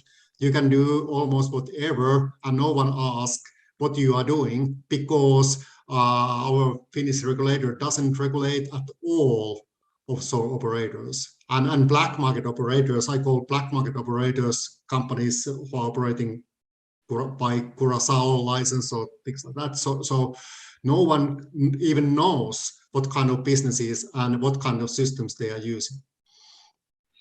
Is Veikkaus able to put pressure on the suppliers they are using? Yes, maybe Charmaine knows better, because you also are a supplier of Veikkaus, but unofficially, yes. But officially, I'm not sure what kind of tools they have, because as far as I know, there are nothing like that in the contracts between Veikkaus and suppliers. So, but of course, they can give some pressure that suppliers Veikkaus are using are not allowed to have customers who are operating mainly in Nordic markets or whatever. But in practice, they are not doing so much. Great. I would like to continue with you now, Jari, because I'm really interested to hear what you mentioned in the beginning about the developments in Finland. What can we expect from the Finnish government and in relation to the gambling market? Yeah, so why I mentioned that is that now we have already new process going on. So as you probably know, that there has been a direct link between Veikkaus and beneficiaries. So Veikkaus revenue hasn't gone to state budget, but instead of that, there have been specific beneficiaries who have got the profit from Veikkaus. But now there has been a political working group preparing new legislation, and they gave their opinion some weeks ago, and it's based on the idea that the Finnish state will cut the link between Veikkaus profit and beneficiaries from the beginning of 2024. And I would say that one of the main reasons why we have keep the monopoly system here in Finland has been the pressure from beneficiaries, because they have had huge financial reason to do that. They have got the 1 billion euros every year from Veikkaus profit. So now when they won't have that reason anymore, what that has caused already, although it's not official decision yet, but anyhow, it seems to be 95% sure that will happen in the next few months. So now we have already had a public debate where politicians from different parties have said that maybe we should analyze license-based system also. So that was really stupid when Finland prepared now current lottery act. They didn't even consider a license-based system. So now what I have heard, I have helped. When I don't mention the name of the parties, I could say that I have helped the 4 parties to understand the gambling business and gambling legislations in different countries. So they have asked my opinion, because there is no one neutral person than me who can help them, because they have used to ask opinions from Veikkaus, but now they have asked my help, and I have explained the system, what you have in Sweden or Denmark or now in Netherlands, what has happened there. So I believe that we will have a new preparation for gambling law quite soon. I'm a little skeptic that current government will do that, but we will have parliament election next year in April, and it doesn't matter which parties will win. I would make a bet that the new government will start that kind of preparation or analysis immediately. And as I already mentioned half year ago, when I was the last time talking in this kind of webinar, that I still believe that we might have a license-based system 26 or 27 here in Finland. So that's what now I not only hope, but I believe that will happen. Wow. And will we see a trade organization similar to Gustav's Bos in Finland soon? Maybe not that kind of organization, but yes, we have already established our independent organization with few familiar names. So we will give more information about that after a few months, I believe. But let's see what direction we will go, because now, from my perspective, my personal perspective, it's important try to be neutral, at least for a while, because then we could give independent information to policymakers, and they need that. Because now they have understood that the Veikkaus has their own agenda and someone should give the facts. Charmaine, if we look at a market like Finland, is it beneficial for you to have it regulated with, well, at least initially, maybe then a B2C licensing system, or does it not really matter to you? Well, I think most markets today are looking towards ensuring they are properly regulated for the key objective reasons, which are more or less always similar. As an industry, I think we are all looking for whatever reasons now to be working more within regulated markets. We as Playtech certainly are committed and have enhanced our commitment to regulated markets, and that's where our revenue predominantly comes from.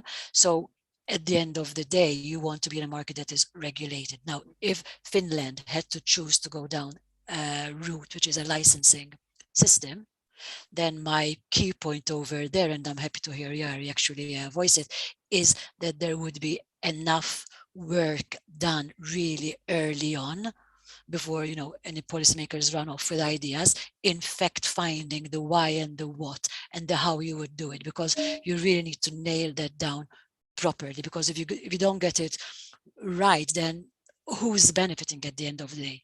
Not us, because if we're investing in being in a regulated market, I want to be able to recoup my investment. I mean, that's key. The players want to have their choice on that market. The government wants to get its revenue. You know, it's the usual arguments. So I am not going to say I have a preference either or, but if if Finland chooses a certain model, then that model has got to work. If it had to opt to retain a monopoly system, it's got to be sure it's running it for the right reasons, to justifying those reasons. And then, of course, you have to make sure that, you know, those on the market are legally on the market, if you like. So there's a couple of reasons there, and it's not always as simple in practical terms as saying like, oh, we want to introduce whatever enforcement measures to keep out the offshore. You have to really justify that. And just perhaps I'll take the opportunity, one point that Jari said about Veikkaus and contracts with suppliers. I dare say that there's a fine line over there between what is the role of the lawmaker and the regulator, and the responsibility and the role, if you like, of the entity in sort of interpreting what the law is saying. So that's in terms of enforcement. But as I've said, if the authorities had to go down a route of wanting to explore a licensing model, then I'd really hope that there would be opportunities to engage in those discussions and share the views. Perfect. We have a few more minutes. Gustav, you have been pretty, like you said yourself, the new draft law was not too bad for the industry. What is your next task now? What are you looking to make sure Sweden does right next? Regardless, we want to play an important role in the development of the details of that coming legislation. For example, the B2B licenses that we have been focusing on today. I can't stress enough what Charmaine said about the importance of that those licenses have a light touch, so to speak, because especially when the reason for implementing them is that you want to do something about a sour channelization issue. If you actually add a lot of administrative burden, they may be totally counter-effective, that the small and middle-sized B2B companies might come to the conclusion that they don't want to apply for such licenses. And in that case, the channelization will be even worse compared to the situation that we have today. So in the near future, we will we will focus a lot on the details in that coming legislation. And secondly, and perhaps even more importantly, we continue to remind legislators and regulators and other important stakeholders out there that all these repressive measures, because at the end of the day, a B2B license is also a repressive measure. You can send a penalty fee to a gaming supplier should the company not comply with Swedish law. All those repressive measures, yes, they play a role in a matured gambling market. But what's even more important, and apparently so difficult for political stakeholders to accept, is that the license holders, they must be given conditions for them to be able to attract customers in their own jurisdiction. What we saw in Sweden, and I see that all over the place, I see it in the Netherlands, for example, happening right now, is that political stakeholders, they tend to believe that when you re-regulate the market and you implement a licensing system, it's like an aquarium, and you can treat the license holders how harsh you want, and nothing could be more wrong. Actually, it starts with the licensing system, and you have to allow the license holders to have a beneficial relation with the customers, because it's so easy for the customer in Sweden or Finland or Netherlands or wherever to just choose unlicensed gambling. So that's the main message to the government and the parliament. Do not forget the conditions for the license holders. You may chase unlicensed operators and suppliers, all continue, it's fine, but it won't solve the problem unless you also care about the license holders. And is that, can we tie that into what you said before about successful channelization? Is that the way forward? Definitely. And we have proven in our country, Sweden, that we can maintain a high channelization. We did so in the beginning of the Swedish re-regulation. And a jurisdiction like Denmark and the UK, they have shown permanently, apparently, that you can reach a satisfactory level of channelization. And the secret in the sauce, once again, is actually not repressive measures. They play a role, but the secret in the sauce is the conditions for the license holders. I really hope that we have both representatives from legislators in Norway and Finland listening to this, so they can take note and make sure that any future licensing system there is on the best conditions, both for the industry and then, of course, also in the end, the consumers. I think we are running out of time here, unfortunately. I would like to thank all the panelists for a fantastic session and for helping me or help answer my questions, and hopefully the audience as well.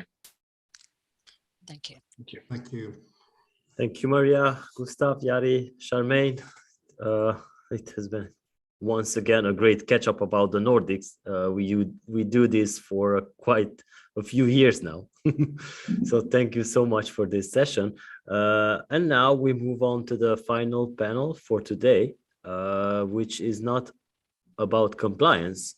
We somehow like to add this type of panel discussions to the end of the conference, just to cheer things up a bit. So next up, it's Trending in Q1, a panel moderated by Nick Brown, and we're going to talk about esports, slots game releases, and other crazy stuff that's happening in the first quarter of 2022. Nick, are you here? Hi, Zoltan. Yes, I am. Hi, nice to see you. All right, so you have a royal flush in your hand, so have to take advantage of it and take care. Great stuff. Hi, everybody. Good to meet you. As Zoltan has mentioned, my name is Nicholas Brown. I'm a Senior Account Director at Square in the Air. Hopefully most of the audience will have heard of us already. We do PR for the majority of the suppliers in the gaming industry. On today's panel with me, I have firstly CCO of EvoPlay, Vladimir Malakchi. EvoPlay are an incredibly exciting slots provider. They released the fantastic, well, almost seminal game Star Guardians at the end of last year, which has made a massive amount of waves in the industry so far. The CEO as well, alongside Vladimir's partner, Ivan Kravchuk won SBC Leader of the Year award at the SBC Awards in December, and will bring a lot of interesting insights today in terms of innovation and the next gen player experience. Next up is Arcangelo Lanoche, Head of Business Development for Habanero. He's been in the industry for more than 20 years and has worked alongside the likes of Bet Victor and the operator side before starting out at Habanero to build it into the fantastic brand it is today. Next up is Alex Yaroshenko, who is CEO of BetBazaar, a great client of Square in the Airs and good friend. They are behind some of the meteoric rise we saw in esports last year, supplying the likes of Bet365, William Hill, Fortuna Entertainment Group, to mention a few, and has evolved this year into offering one of the industry's most comprehensive entertainment ecosystem platforms available. Last but not least, we have Ernest Levitsky, who is Head of Sales for Bettergy. Bettergy, who won the EGR Award last year for innovation, deal with engagement and player interaction across the entire omni-channel, everything from the likes of data and content for Paramatch, Sportsbet.io, Tipico in Germany, and ESPN and Yahoo in the US. Gentlemen, thank you for joining us today. Thank you for having us. Thanks, Nick. So I will speak less as the call progresses, but just to set the agenda for everyone joining us today. So we're going to take a broad overview of trends in Q1, everything from slots to the return of retail over to the likes of esports. Given that we have mutual interests across Germany and Italy, we will use these two markets as key case studies. When it comes to key trends, we will look to talk about gamification in slots, the rise of esports and high velocity betting, where we are with operator marketing today, especially given evolving European restrictions, as we touched on in the last panel, and of course, the return of retail and land-based, again, with Italy and Germany as a focus. And last but not least, something that I think all of you get very well is the evolving demographic of player and what the new demand is for entertainment this year. So, gentlemen, over to you. First things first, an outlook for Europe. How do we see 2022 in the light of, shall we say, performance post-pandemic? Everybody, always people are trying to start first. Okay, let me do this for all. So first of all, hello, nice to be here. Nice to see you, Nick.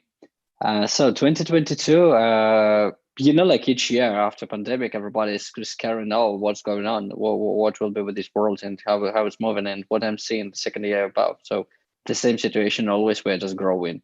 Under the full market is growing, the full market of online.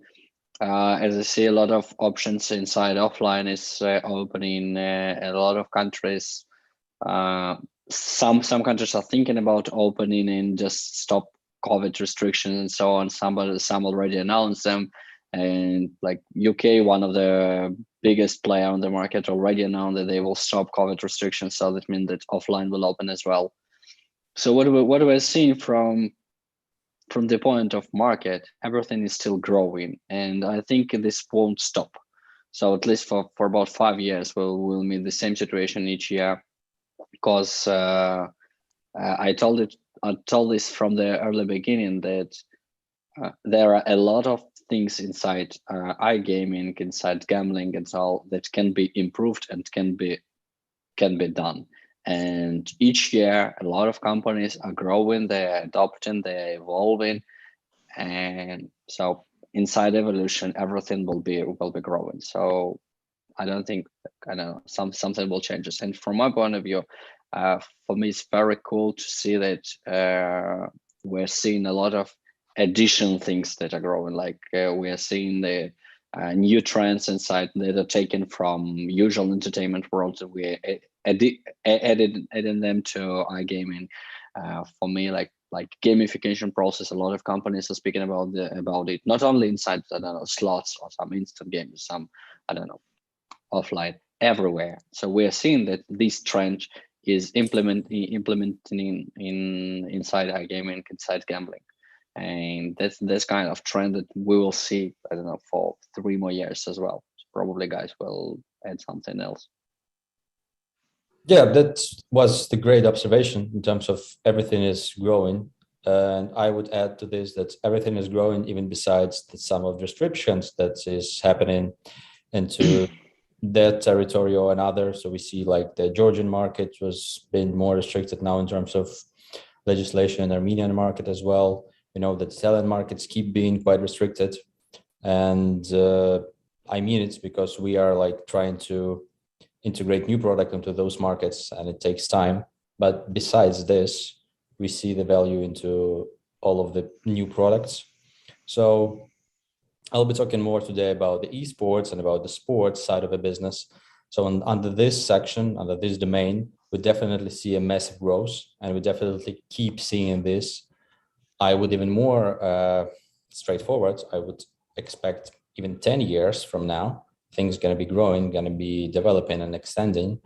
But definitely to add to what Vladimir mentioned is that, yeah, we're going to see more gamifications, you know, more inbuilt like social things in the gaming. So more, if you will, TikTok experience, Netflix experience, all this kind of stuff merge and, you know, create as a result new experience into betting, into entertainment.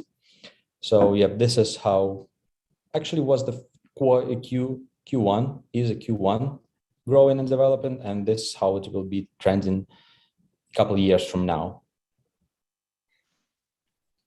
So we're seeing a strong surge in terms of growth. Restrictions are ending, but at the same time, we're going to see continued advertising restrictions and the like, which will probably be a hindrance for the year ahead. From your side, Arcangelo, you've been in the game for a very long time. I mean, how you see things playing out in Europe at the moment, and as well as Italy, how much of a change have we seen in the last 2 years, and how much do you see this being permanent when it comes to the casino side of things? Right. First of all, hi everybody. Thanks for having me here. Yeah, I totally agree with my colleagues here. The outlook is positive. My outlook is also positive. That is also due to the fact that the industry seems to have reacted quite maturely to a series of challenges that regulators have put in the way. Now, before I get misinterpreted, it's really important to notice how regulators have got very legitimate demands to which we as an industry need to react. The thing is, in some cases, regulators have come out with restrictions, and I'm happy to be linking this with the latest panel before us that have made things slightly complicated to manage. So the market most European markets appear to be very mature and moving towards the right direction. Of course, the last couple of years have presented some tidal changes in some cases. And since you mentioned Italy among these, Nick, Italy is a typical case of a pretty mature online market. Of course, I introduced myself as I am head of business development for Habanero. We only make online slots, so all that we look at is effectively online, at least as far as our core market is concerned. Of course, we're aware of what happens around us, and being Italy one of our main markets, we of course have seen or have felt the changes that have happened in the past couple of years. So to cut a long story short, and just to explain further where I'm going, is that effectively we do see a lot of growth in the online market, for example. So we have benefited from some of the changes that have happened in the market. However, he has to also be highlighted that if you look at the tax contributions of the whole online segment in Italy, things are not looking very, very good compared to 2019. So there is a concern, and the concern is how mature is a market that keeps growing, but for some reason doesn't seem to contribute more to the tax coffers. And how much of this is, for example, related to the fact that there is an advertising ban in Italy. And in general, there has been a lot of demonization going on about the industry and the legal industry effectively. So the licensed industry, the only reason why I'm saying these things and focusing about Italy is because Italy is a really interesting case study in regards to European markets, and not just European markets, as you all would know. Italian regulation predates a lot of other regulations around the world. It's been looked at, it's been sometimes copied, sometimes bettered, and so forth. Advertising ban is another one of those things where Italy's sort of come first, right? So, you know, the fact that this has happened just before the pandemic, where there have been inevitable changes in entertainment demand from people who have been locked inside the house for a long time and have been unable to go to shops, then poses a lot of questions and a lot of challenges. So my outlook is definitely positive, because what I see is a very mature industry full of very mature stakeholders who are fantastic at looking out of the box and effectively even, how would I say, predate regulators into coming up with solutions to a very natural and very welcome developments towards the changes that we're seeing between you know, some sort of old-fashioned idea of gambling into a more open form of entertainment, like my colleagues were suggesting earlier. We just need to be aware of the fact that there's lots of changes coming left, right, and center. And we were listening to Sweden earlier on, and you know, we will be talking about Germany, and I'm sure we all have something to say about it. And of course, I just touched on Italy.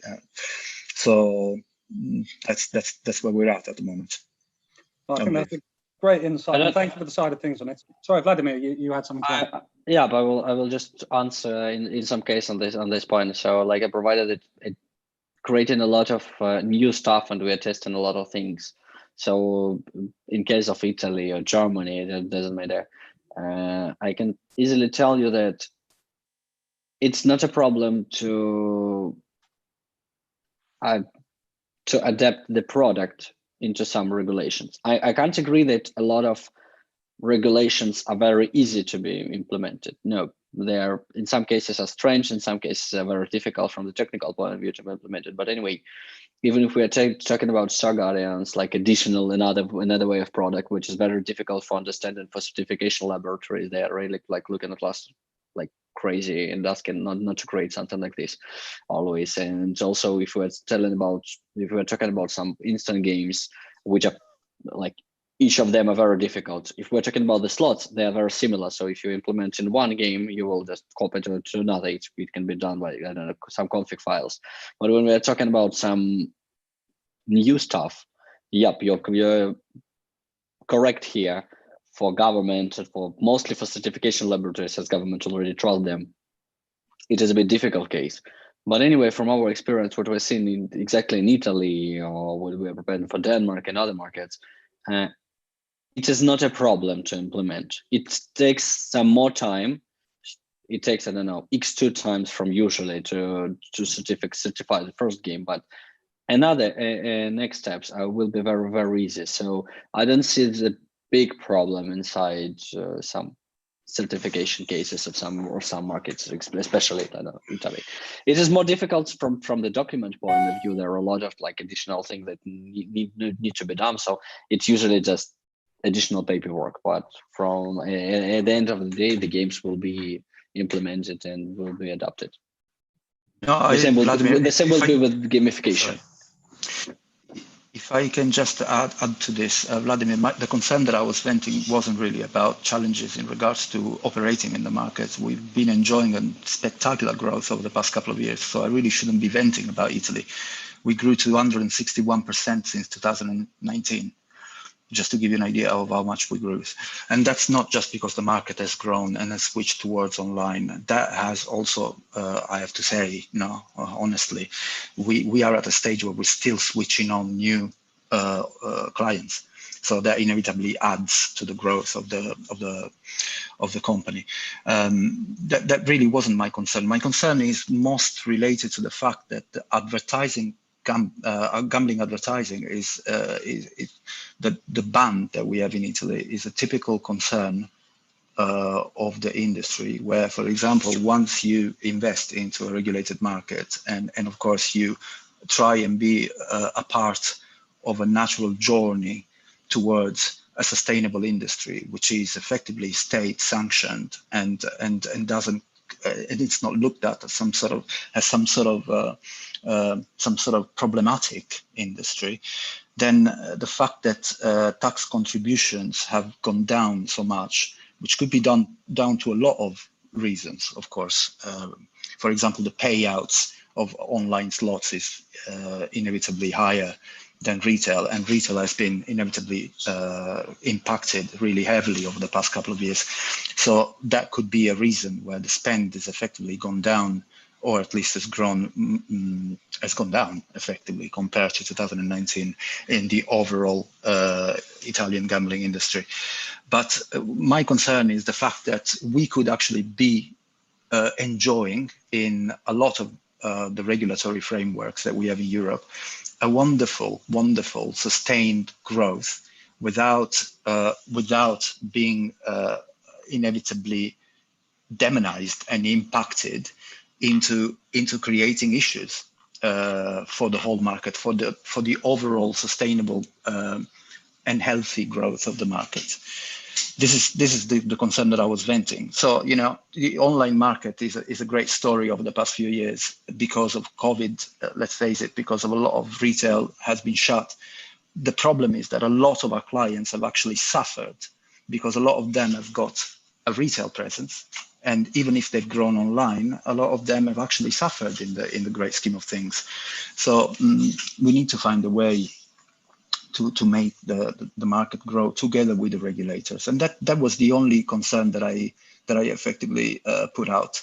As far as everything else is concerned, I agree with you, Vladimir. Most regulations are workable. The Italian regulation poses some challenges, like you said, but it is not the end of the world. I mean, it can be worked, absolutely. So yeah, I just wanted to clarify that, what I meant.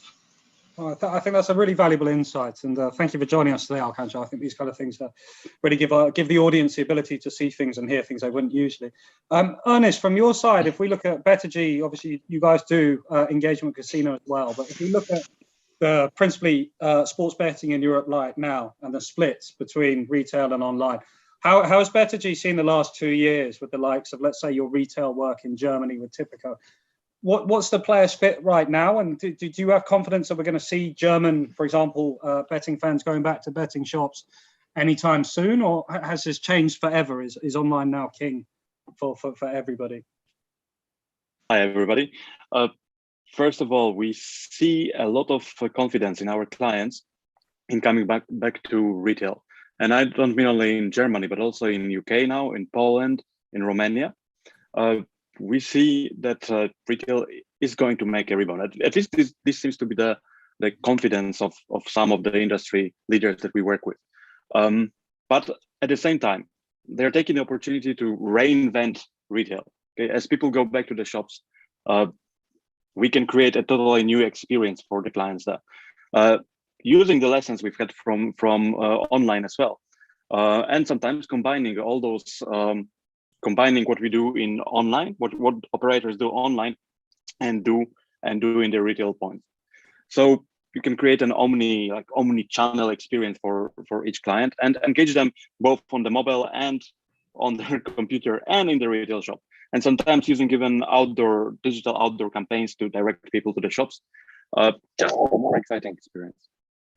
So we are brimming with confidence, I could say. Nice one, fantastic. So it is very much about the omni-channel in the year ahead. And I mean, from your side, Alex, when it comes to dealing with, especially the future of entertainment, which is what you guys do best. I mean, the rise of esports and things like that, is that pure online, or could we one day see people betting on esports in betting shops? Well, they actually do right now, depending on what we call betting shop. So you have like a limited, one of the criteria actually I see recently in Spain. One of the criteria is, you have limited number of screens, obviously, and the events which is shown on the screen is the one that is quite valuable. And I was quite surprised to see somewhere like where we're, I don't remember the city, but like a small city, and just 2 screens, and one of the screens was this displaying this FIFA game that's one of our partners creating. So for me, it was like a big surprise, and a good surprise in terms of, this taking the 50% of the whole screen from the shop, meaning that this is important, this is something that people betting on. And recently, this is probably a coincidence, but we have 2 clients who start integrating this content, esports content, first into the shops with intention then to integrate it into online business. So one of them in the Azerbaijan, and the reason for this is, again, the restrictions I was talking like previously. So in some way they get restricted into betting on the RNGs, any kind of products. So this is why they looking now into esports as the RNG and casino substitution, especially these fast esport games that provide similar experience. Other actually in Italy. So we have like one of the platform in Italy that will be distributing esports products solo to the shop, so only to the shops, not going to online, which showing that obviously shops and land-based entertainment keep their fair and big market share. Of course, the betting habit changed during the past 2 years, since people used to probably bet more online, bet more mobile.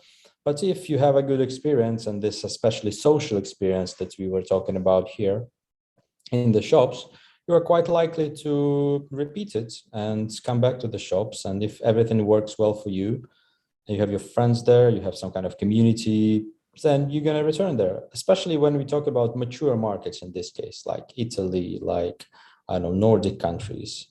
So yeah, I believe that the future is quite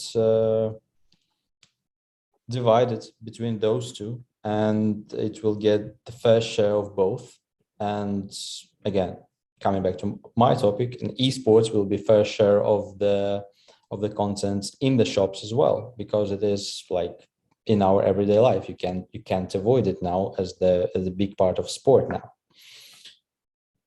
I think that touches on a very nice point. And even though 2 years ago, I think it was someone at Playtech, I won't say who, but I think someone at Playtech mentioned a couple of years ago that esports would always be a very niche betting product that sits alongside the larger betting products. But I mean, the way at least we've seen that in the last year especially, it's almost now a complementary product that's part of that sports betting mix and daily entertainment.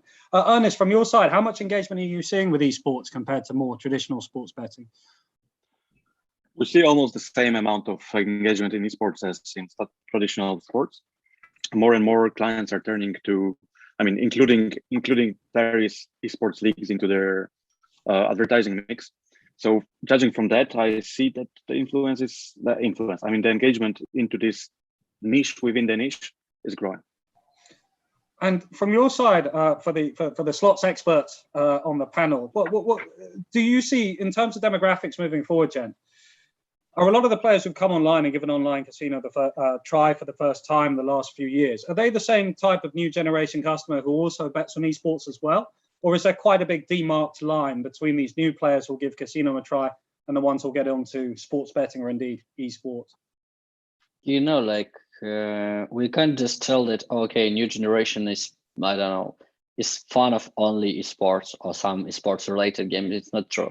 Always the audience have different demands. They are asking for different products, and that's the main case why each provider should like make the full diversification. But in past audiences, there were no interest in esports or some gaming development, like gaming related products, let's call it like this. But inside new generations, as they were growing inside this entertainment world, inside this world, inside game dev, this like games are part of our life. Games are part of your life. I think everybody is playing at least one game. I think your wives, children, or even grandma and grandpas are playing some games. So this is a usual part. Like Alex told, we can't just avoid it. This is a native part. So yeah, what we're seeing, not like only in new generation, we're seeing of new players that are coming to some casino, to some betting sites. They are asking for such content. That's why Everplay is creating games are very similar, keeping some usual mechanic similar to iGaming products. But anyway, we're trying to adapt them to a new demand, to a new kind of understanding of these products. Because I'm sure that old products won't work for them, and each year these demands will be higher and higher and higher.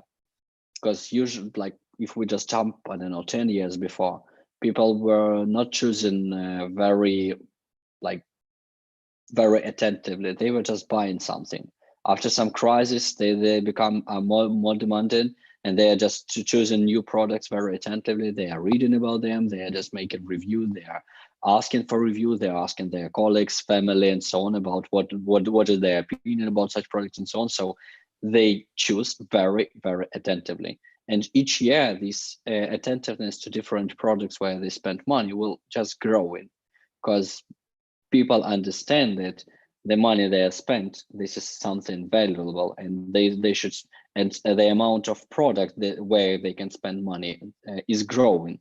So money are not growing rapidly, but amount of products, amount of entertainment where each person can put money, this amount is growing like in geometrical progression. And inside of this, and like person had 100 euro in months to spend on some entertainment, probably it will be, I don't know, 100 and half, but the products was 100, and right now there are 1,000 of products. So he or she should think about where to spend it, and they are just choosing attentively. That's why products should develop on new ages and continue upgrading and implement all the stuff that are connected to this. It's a very salient point. And from your side, Arcangelo, as a real veteran, what do you see here in terms of trends and the evolution? Do you agree with Vladimir's point there, or is it still a case of a lot of the slots customers, especially for the Italian market, sticking with what they know? No, I fully agree with Vladimir. I see the development of our industry within the entertainment industry going exactly as Vladimir said. So I do believe that there's going to be what we're looking at is a world where the consumer is going to be strongly immersed into an environment where they would choose different types of entertainment, possibly try different types of entertainment, and inevitably technological development and new ways of engaging with the user will be absolutely key in keeping the user entertained. So I agree things are going in that direction, and they will keep going in that direction because it's a natural development of our relation with the world and with entertainment in general, with our concept of entertainment, and with the way we use technology to enjoy entertainment. In regards to the product that we produce, of course, the product that Habanero produces is a product that barely looks like the same product was 10 years ago. It is still a relatively traditional type of product within the gambling industry, especially if compared to what Everplay have been doing, which, by the way, we've been looking at with extreme interest and curiosity and excitement over the years. At every show, we inevitably end up having a bit of a chat after the show, drinking, just mentioning, oh, have you seen the new games by Everplay? That's like, we've always been very curious and very excited by what you guys are doing. As far as what we do, of course, like I said, our product is developed massively in terms of the way we iterate, the way we narrate, the way we immerse, the way we storytell, and of course the way we entertain. In regards to the core of the product stays pretty much what we believe to be the very core of our experience in the industry. So we do make slots and table games, and we will keep making slots and table games. Obviously, keeping a strong eye on whatever new trend is out there, gamifying, making sure that we don't start moving too far off the path which we believe we can walk on firmly, strongly, and securely.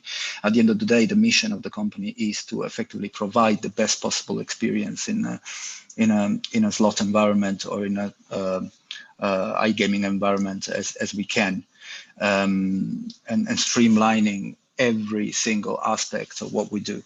So the games are developing. The mathematical models are changing. The way we engage players is changing through every single aspect, be it within the mathematical model and whatever other communicative element within the gaming experience.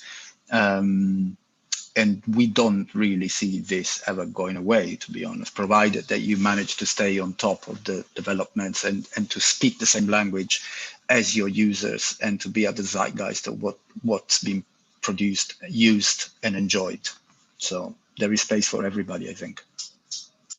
I think that's a great answer, and I do like especially mentioning about there being space for everybody. I think that touches on well that we're looking at multiple demographics. I mean, Alex is someone who specializes across those multiple splits. What are you seeing from your side in terms of the evolution of players in that regard? I mean, is there a crossover between, let's say, esports and slots? Can a player within the same night of entertainment spend an hour, sorry, let's reduce that to 20 minutes spinning on slots, and then maybe another 20 minutes betting on esports? Is that a complementary product, is the way you see it, or? Well, it is definitely complementary products within the sport domain. Yeah, so if you go and see some kind of football match, which lasts like normally 90 minutes, then you probably will go and see some FIFA game in between, or, you know, when some just on a break, or is it, well, the reason for this creation of this fast fast velocity betting products is actually, I would name that this is like a slot substitutions in some way.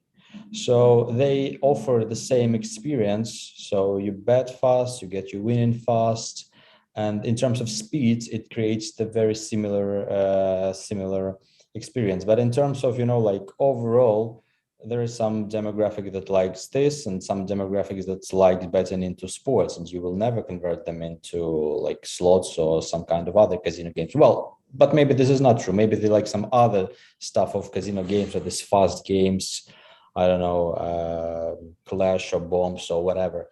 But there is definitely like cross sell between these two, and especially in a way of acquisition and retaining the players. So I believe that you take more an acquisition in terms of like from sports or from esports, if you will, and then, you know, like getting them to play casino or other different experience. But to conclude this, I believe that the next like year or couple of years is about offering different kind of games. So you can't expect your client to be stick to something new, even if but to some one new thing. You should be offering something new things every single, I don't know, week or months, or how, like, depending on the product, or maybe some new market times or some new kind of events or slots or games. So yeah, this is how I think this development will go. But there is definitely the cross sell between those casino and sport events. I just can't say what is the percentage for now, depending on the client, depending on the, again, territory, probably how hard they were into sports or into some kind of games. But yeah, this is happening. Well, that's a great answer. Thank you. And I think that brings us quite nicely on some expertise Ernest can bring to the table for us too. So if and Alex has touched on this concept of firstly, fresh, exciting, new content. There's always, I mean, players are there to be entertained. When it comes to, for example, let's say we'll use as a case study your Tipico operations in Germany. So you're managing, what is it, maybe 1,500 betting shops. When it comes to the incentive of firstly getting players into betting shops to bet, and also secondly, engagement for online casino, how can that work on the customer journey? I mean, if you're looking at your typical punter, let's say in Germany, who wants to go into a betting shop, are there ways, and are you seeing successful ways to then give that person the chance to give, let's say, online casino a try for whatever reason? Is there potential there as Better sees it, or? So far, we've seen that these are quite different segments. What I see, what might be interesting is that as betting becomes legal in most US states, we've seen much more interest from operators here in Europe to also engage people in betting on those sports. So content from those sports, and also, as Alex mentioned, for example, live betting on those sports becomes more and more popular. And there is no reason for the US operators not to be present here in Europe as well. And as TVs in the USA engage with operators there, they provide live. They can provide live statistics, for example, and live odds during the games, and have this instant, casino mentality also implemented.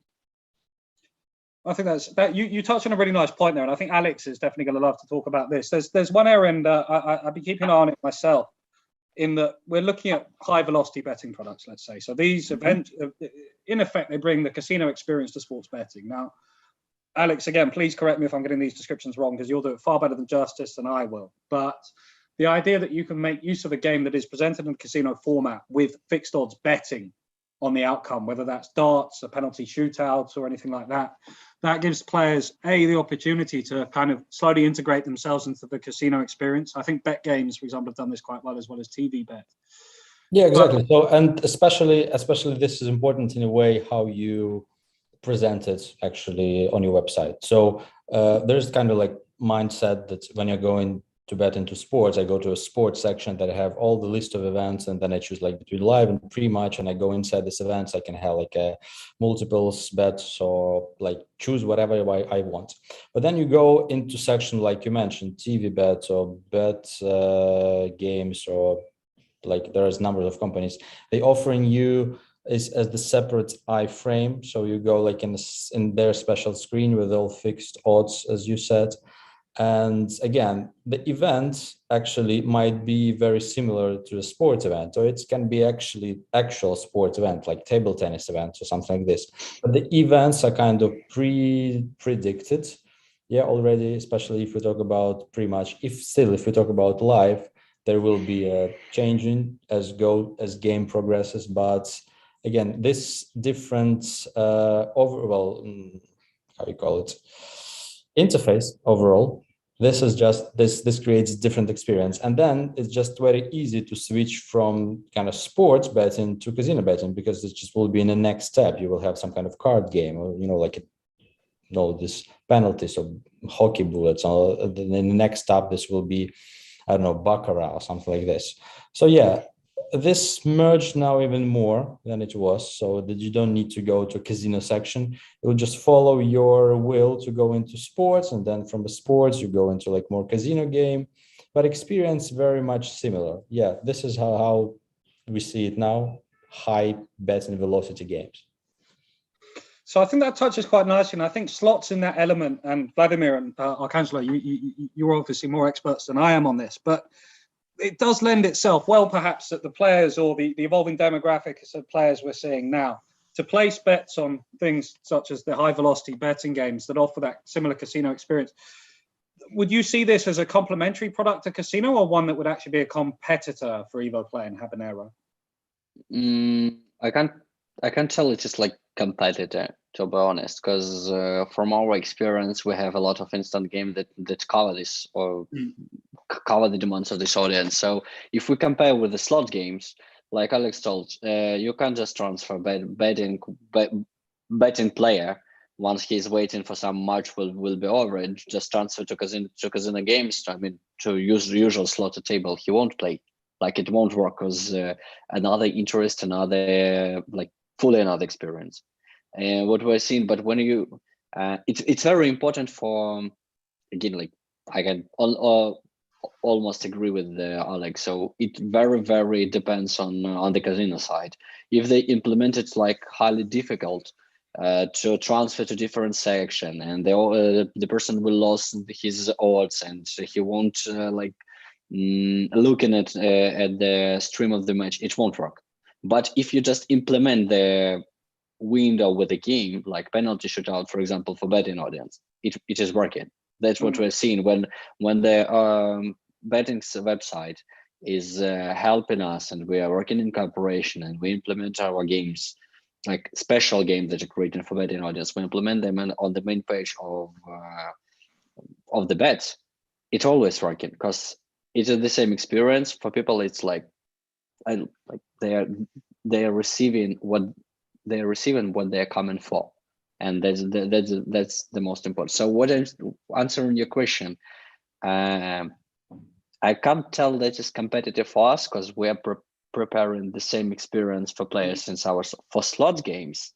It can't be competitive as well because it is for another audience. If we compete, you need to compete for one audience, for the same audience. And if like slot providers are trying to reach exactly a betting audience, it is bad move from my point of view.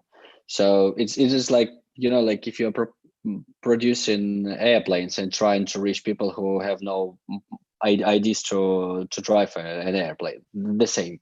So, but if you're just producing the product especially for this audience, in this case, yep, you're just compete for the attention because you can't just open, I don't know, several windows with different games and so on, because operator won't let you. Only one window maximum, I don't know, 2 windows will be open for one player. So in this case, you compete for this for the person time, for the person money, for I don't know, for everything.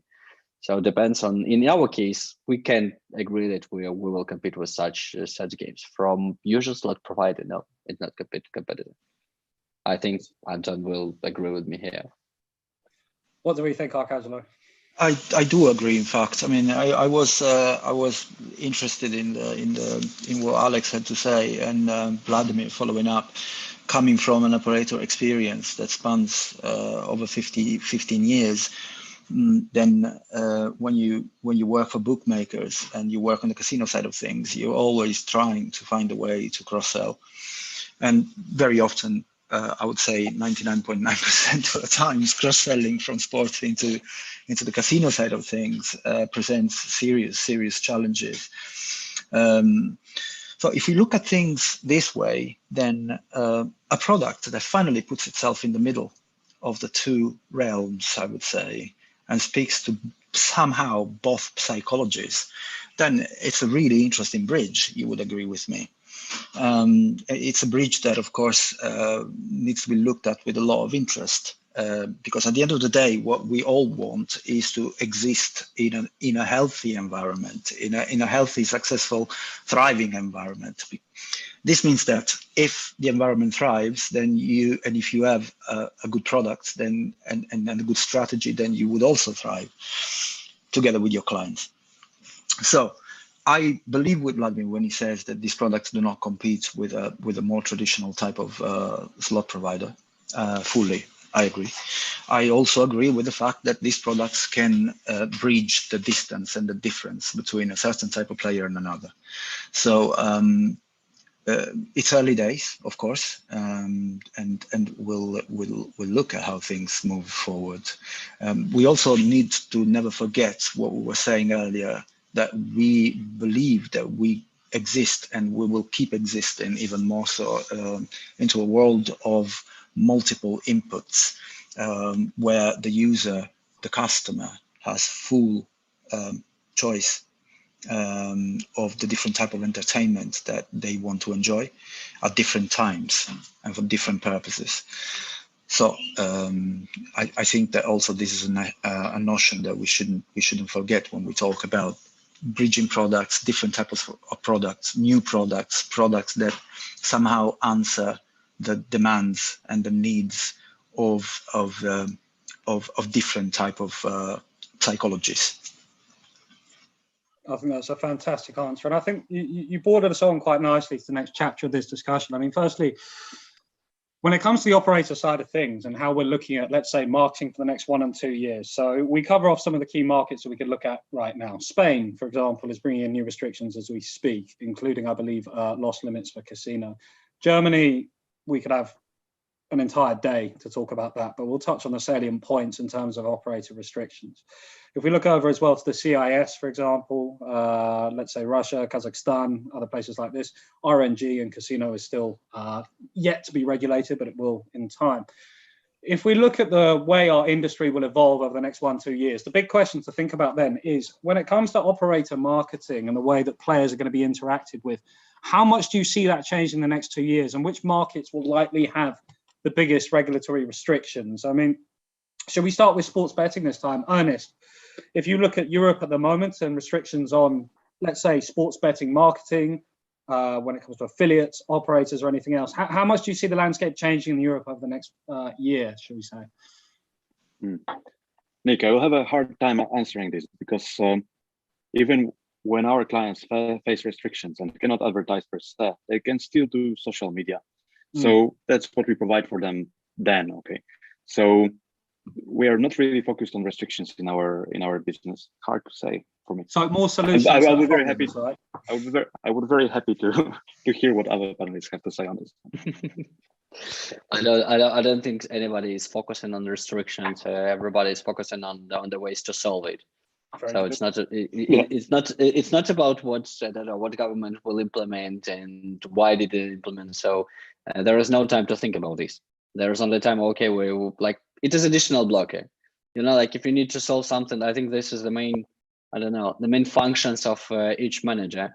If you're seeing any blocker, you just need to solve it. You just need to destroy it, and just a business should grow. And for investors, it doesn't matter. Did you meet blockers on advertisement, or you can't reach any market, or you can't, and you don't know how to acquire a return player? It's your problem, guy. So if we still focusing on what restrictions will be and just trying to create some implementation, we will just spend time for easier. Let's solve the problem when they come.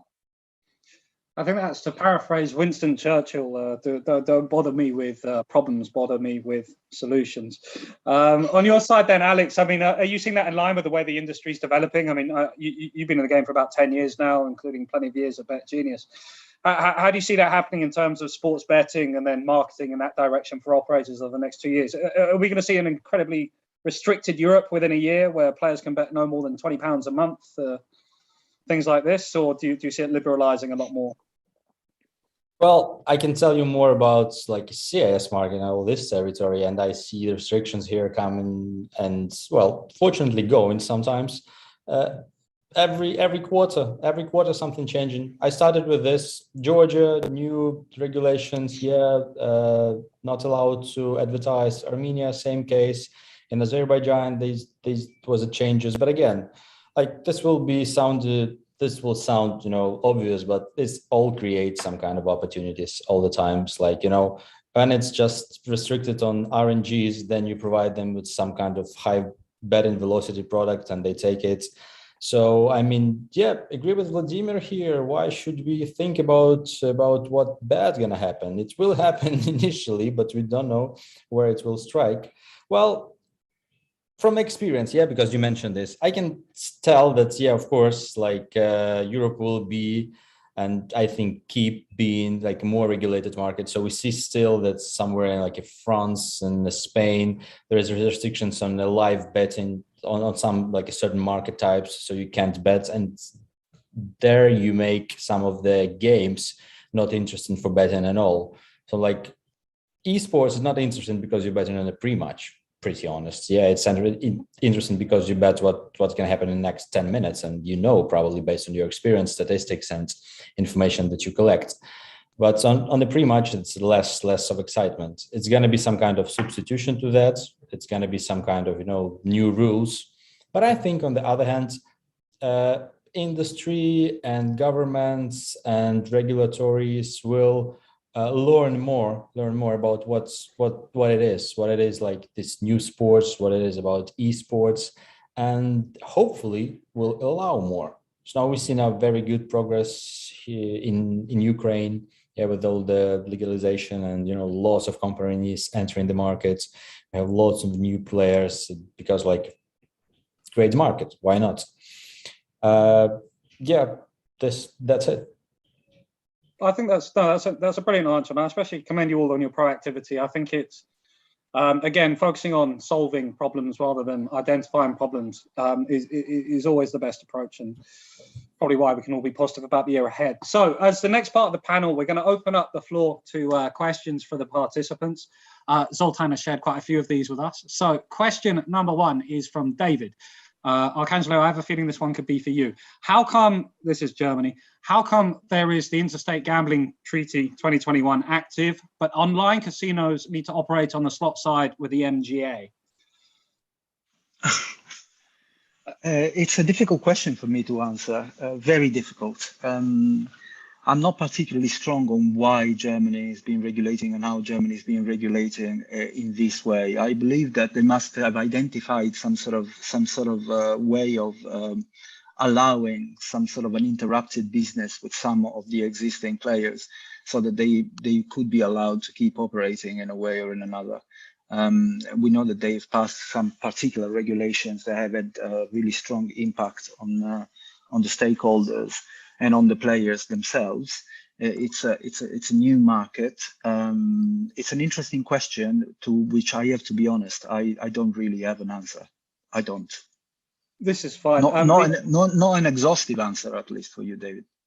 Sorry.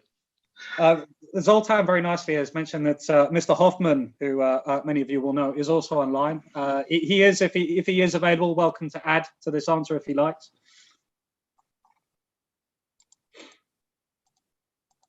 Or not, it was worth a try.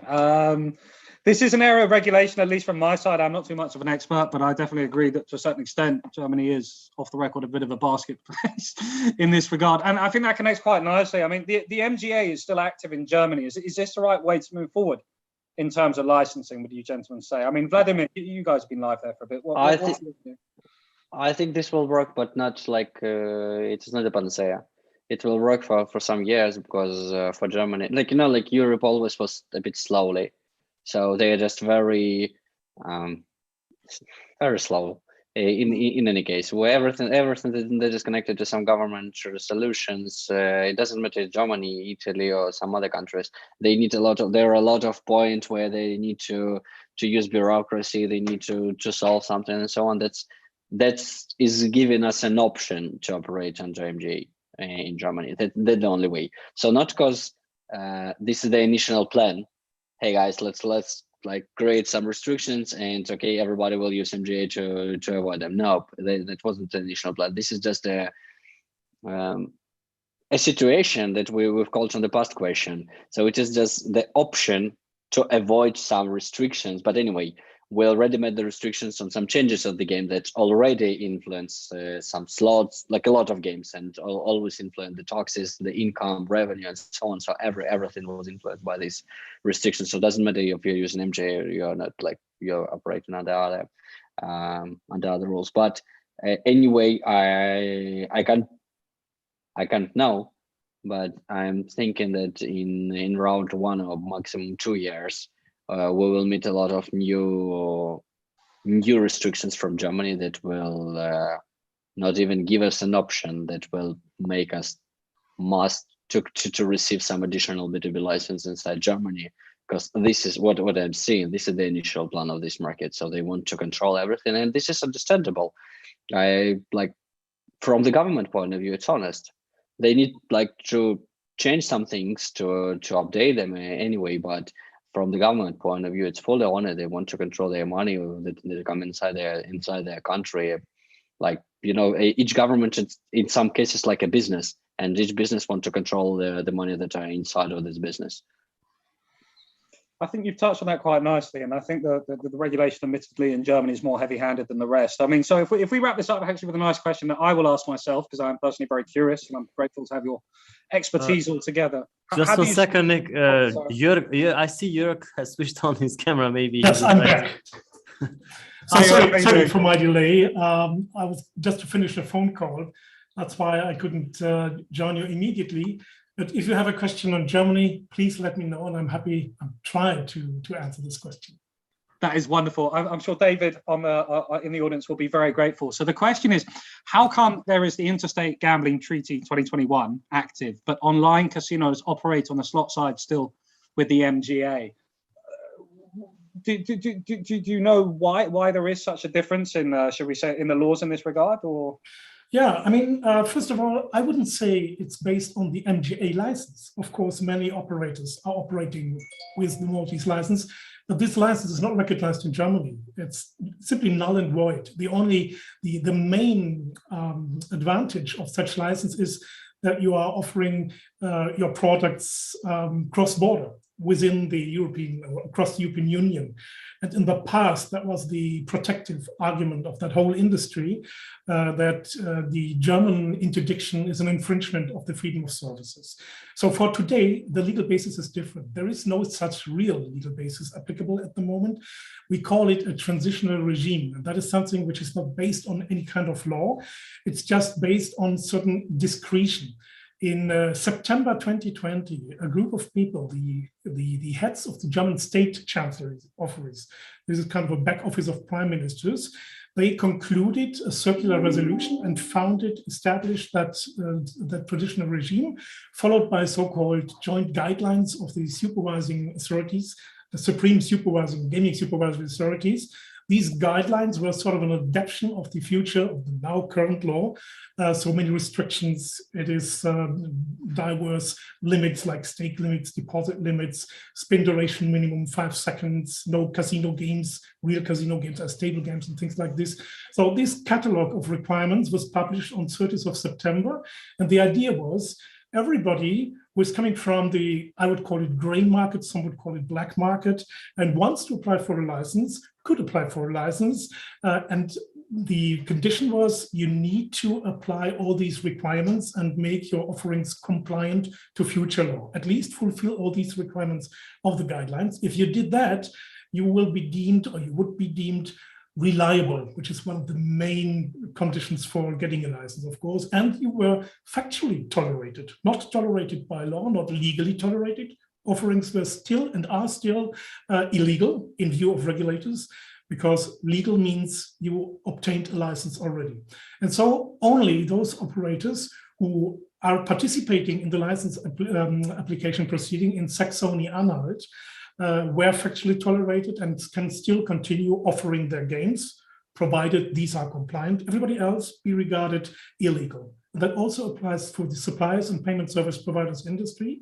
They can serve these operators, the compliant operators, but the other ones would be blacklisted, and an operator or, a supplier or payment service provider could receive a hearing letter from a regulator if this company is still serving this B2B partners. That's the situation as it stands now.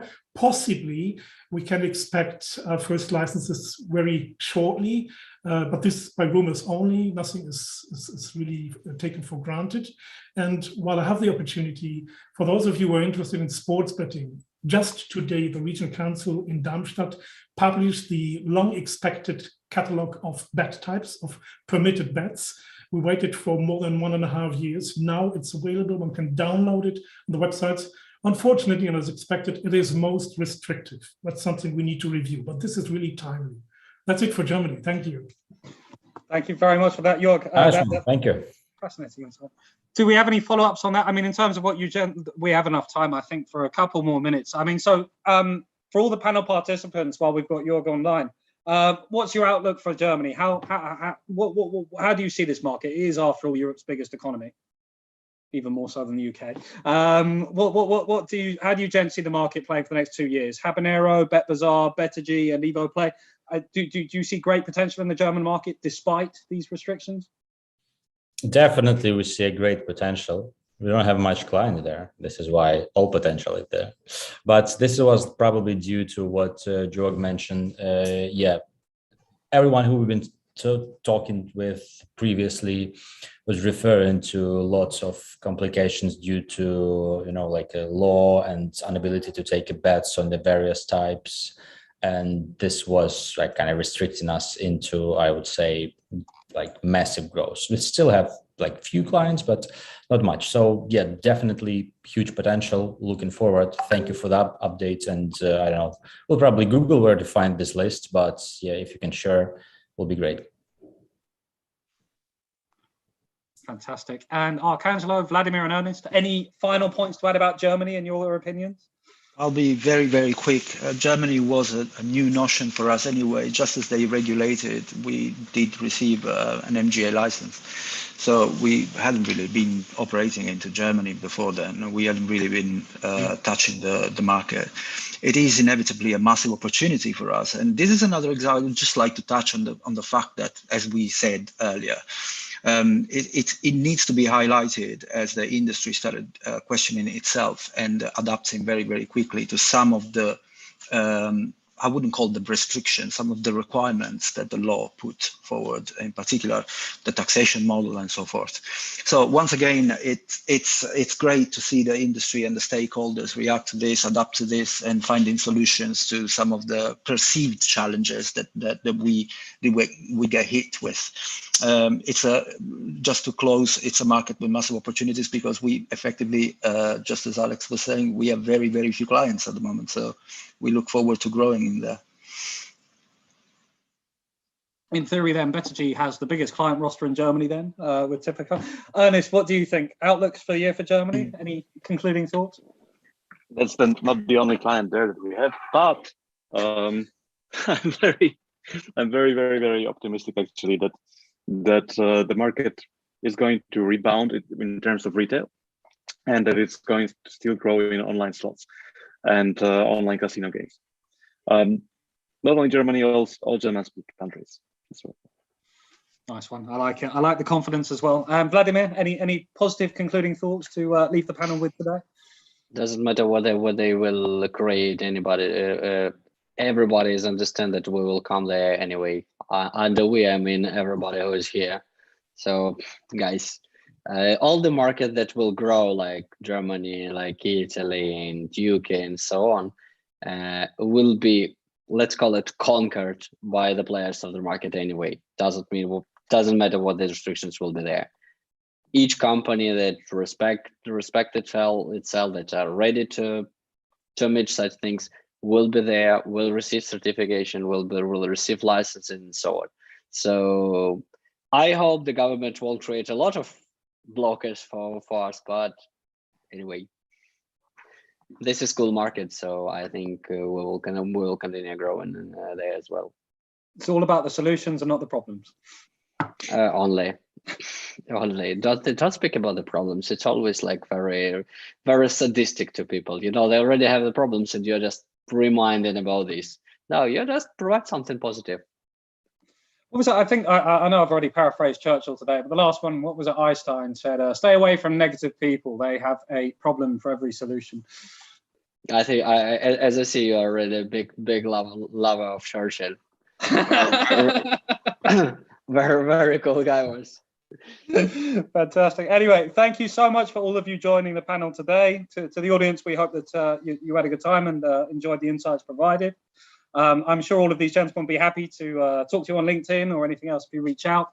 Otherwise, I'm sure you can look forward to meeting them at ICE or Let's Hope ICE or any other show coming up. Let's Hope ICE. Hey guys. Thank you, everyone. Thank you very much. Thanks a lot, Nick. Thank you. Thank you, guys. Bye-bye. Yeah, if not ICE, then make sure to save the date for Mare Balticum Gaming Summit in Vilnius. That's 12th of May, or Prague Gaming Summit. That's 21st of June. We will see you in person there. Until then, we will have some virtual opportunities as well. And thank you for joining us today. It's been nice to see you. Jörg, it's been nice to see you again. And look forward to catching up with you guys at the next meetup. Have a fun day and take care. Thank you, everyone.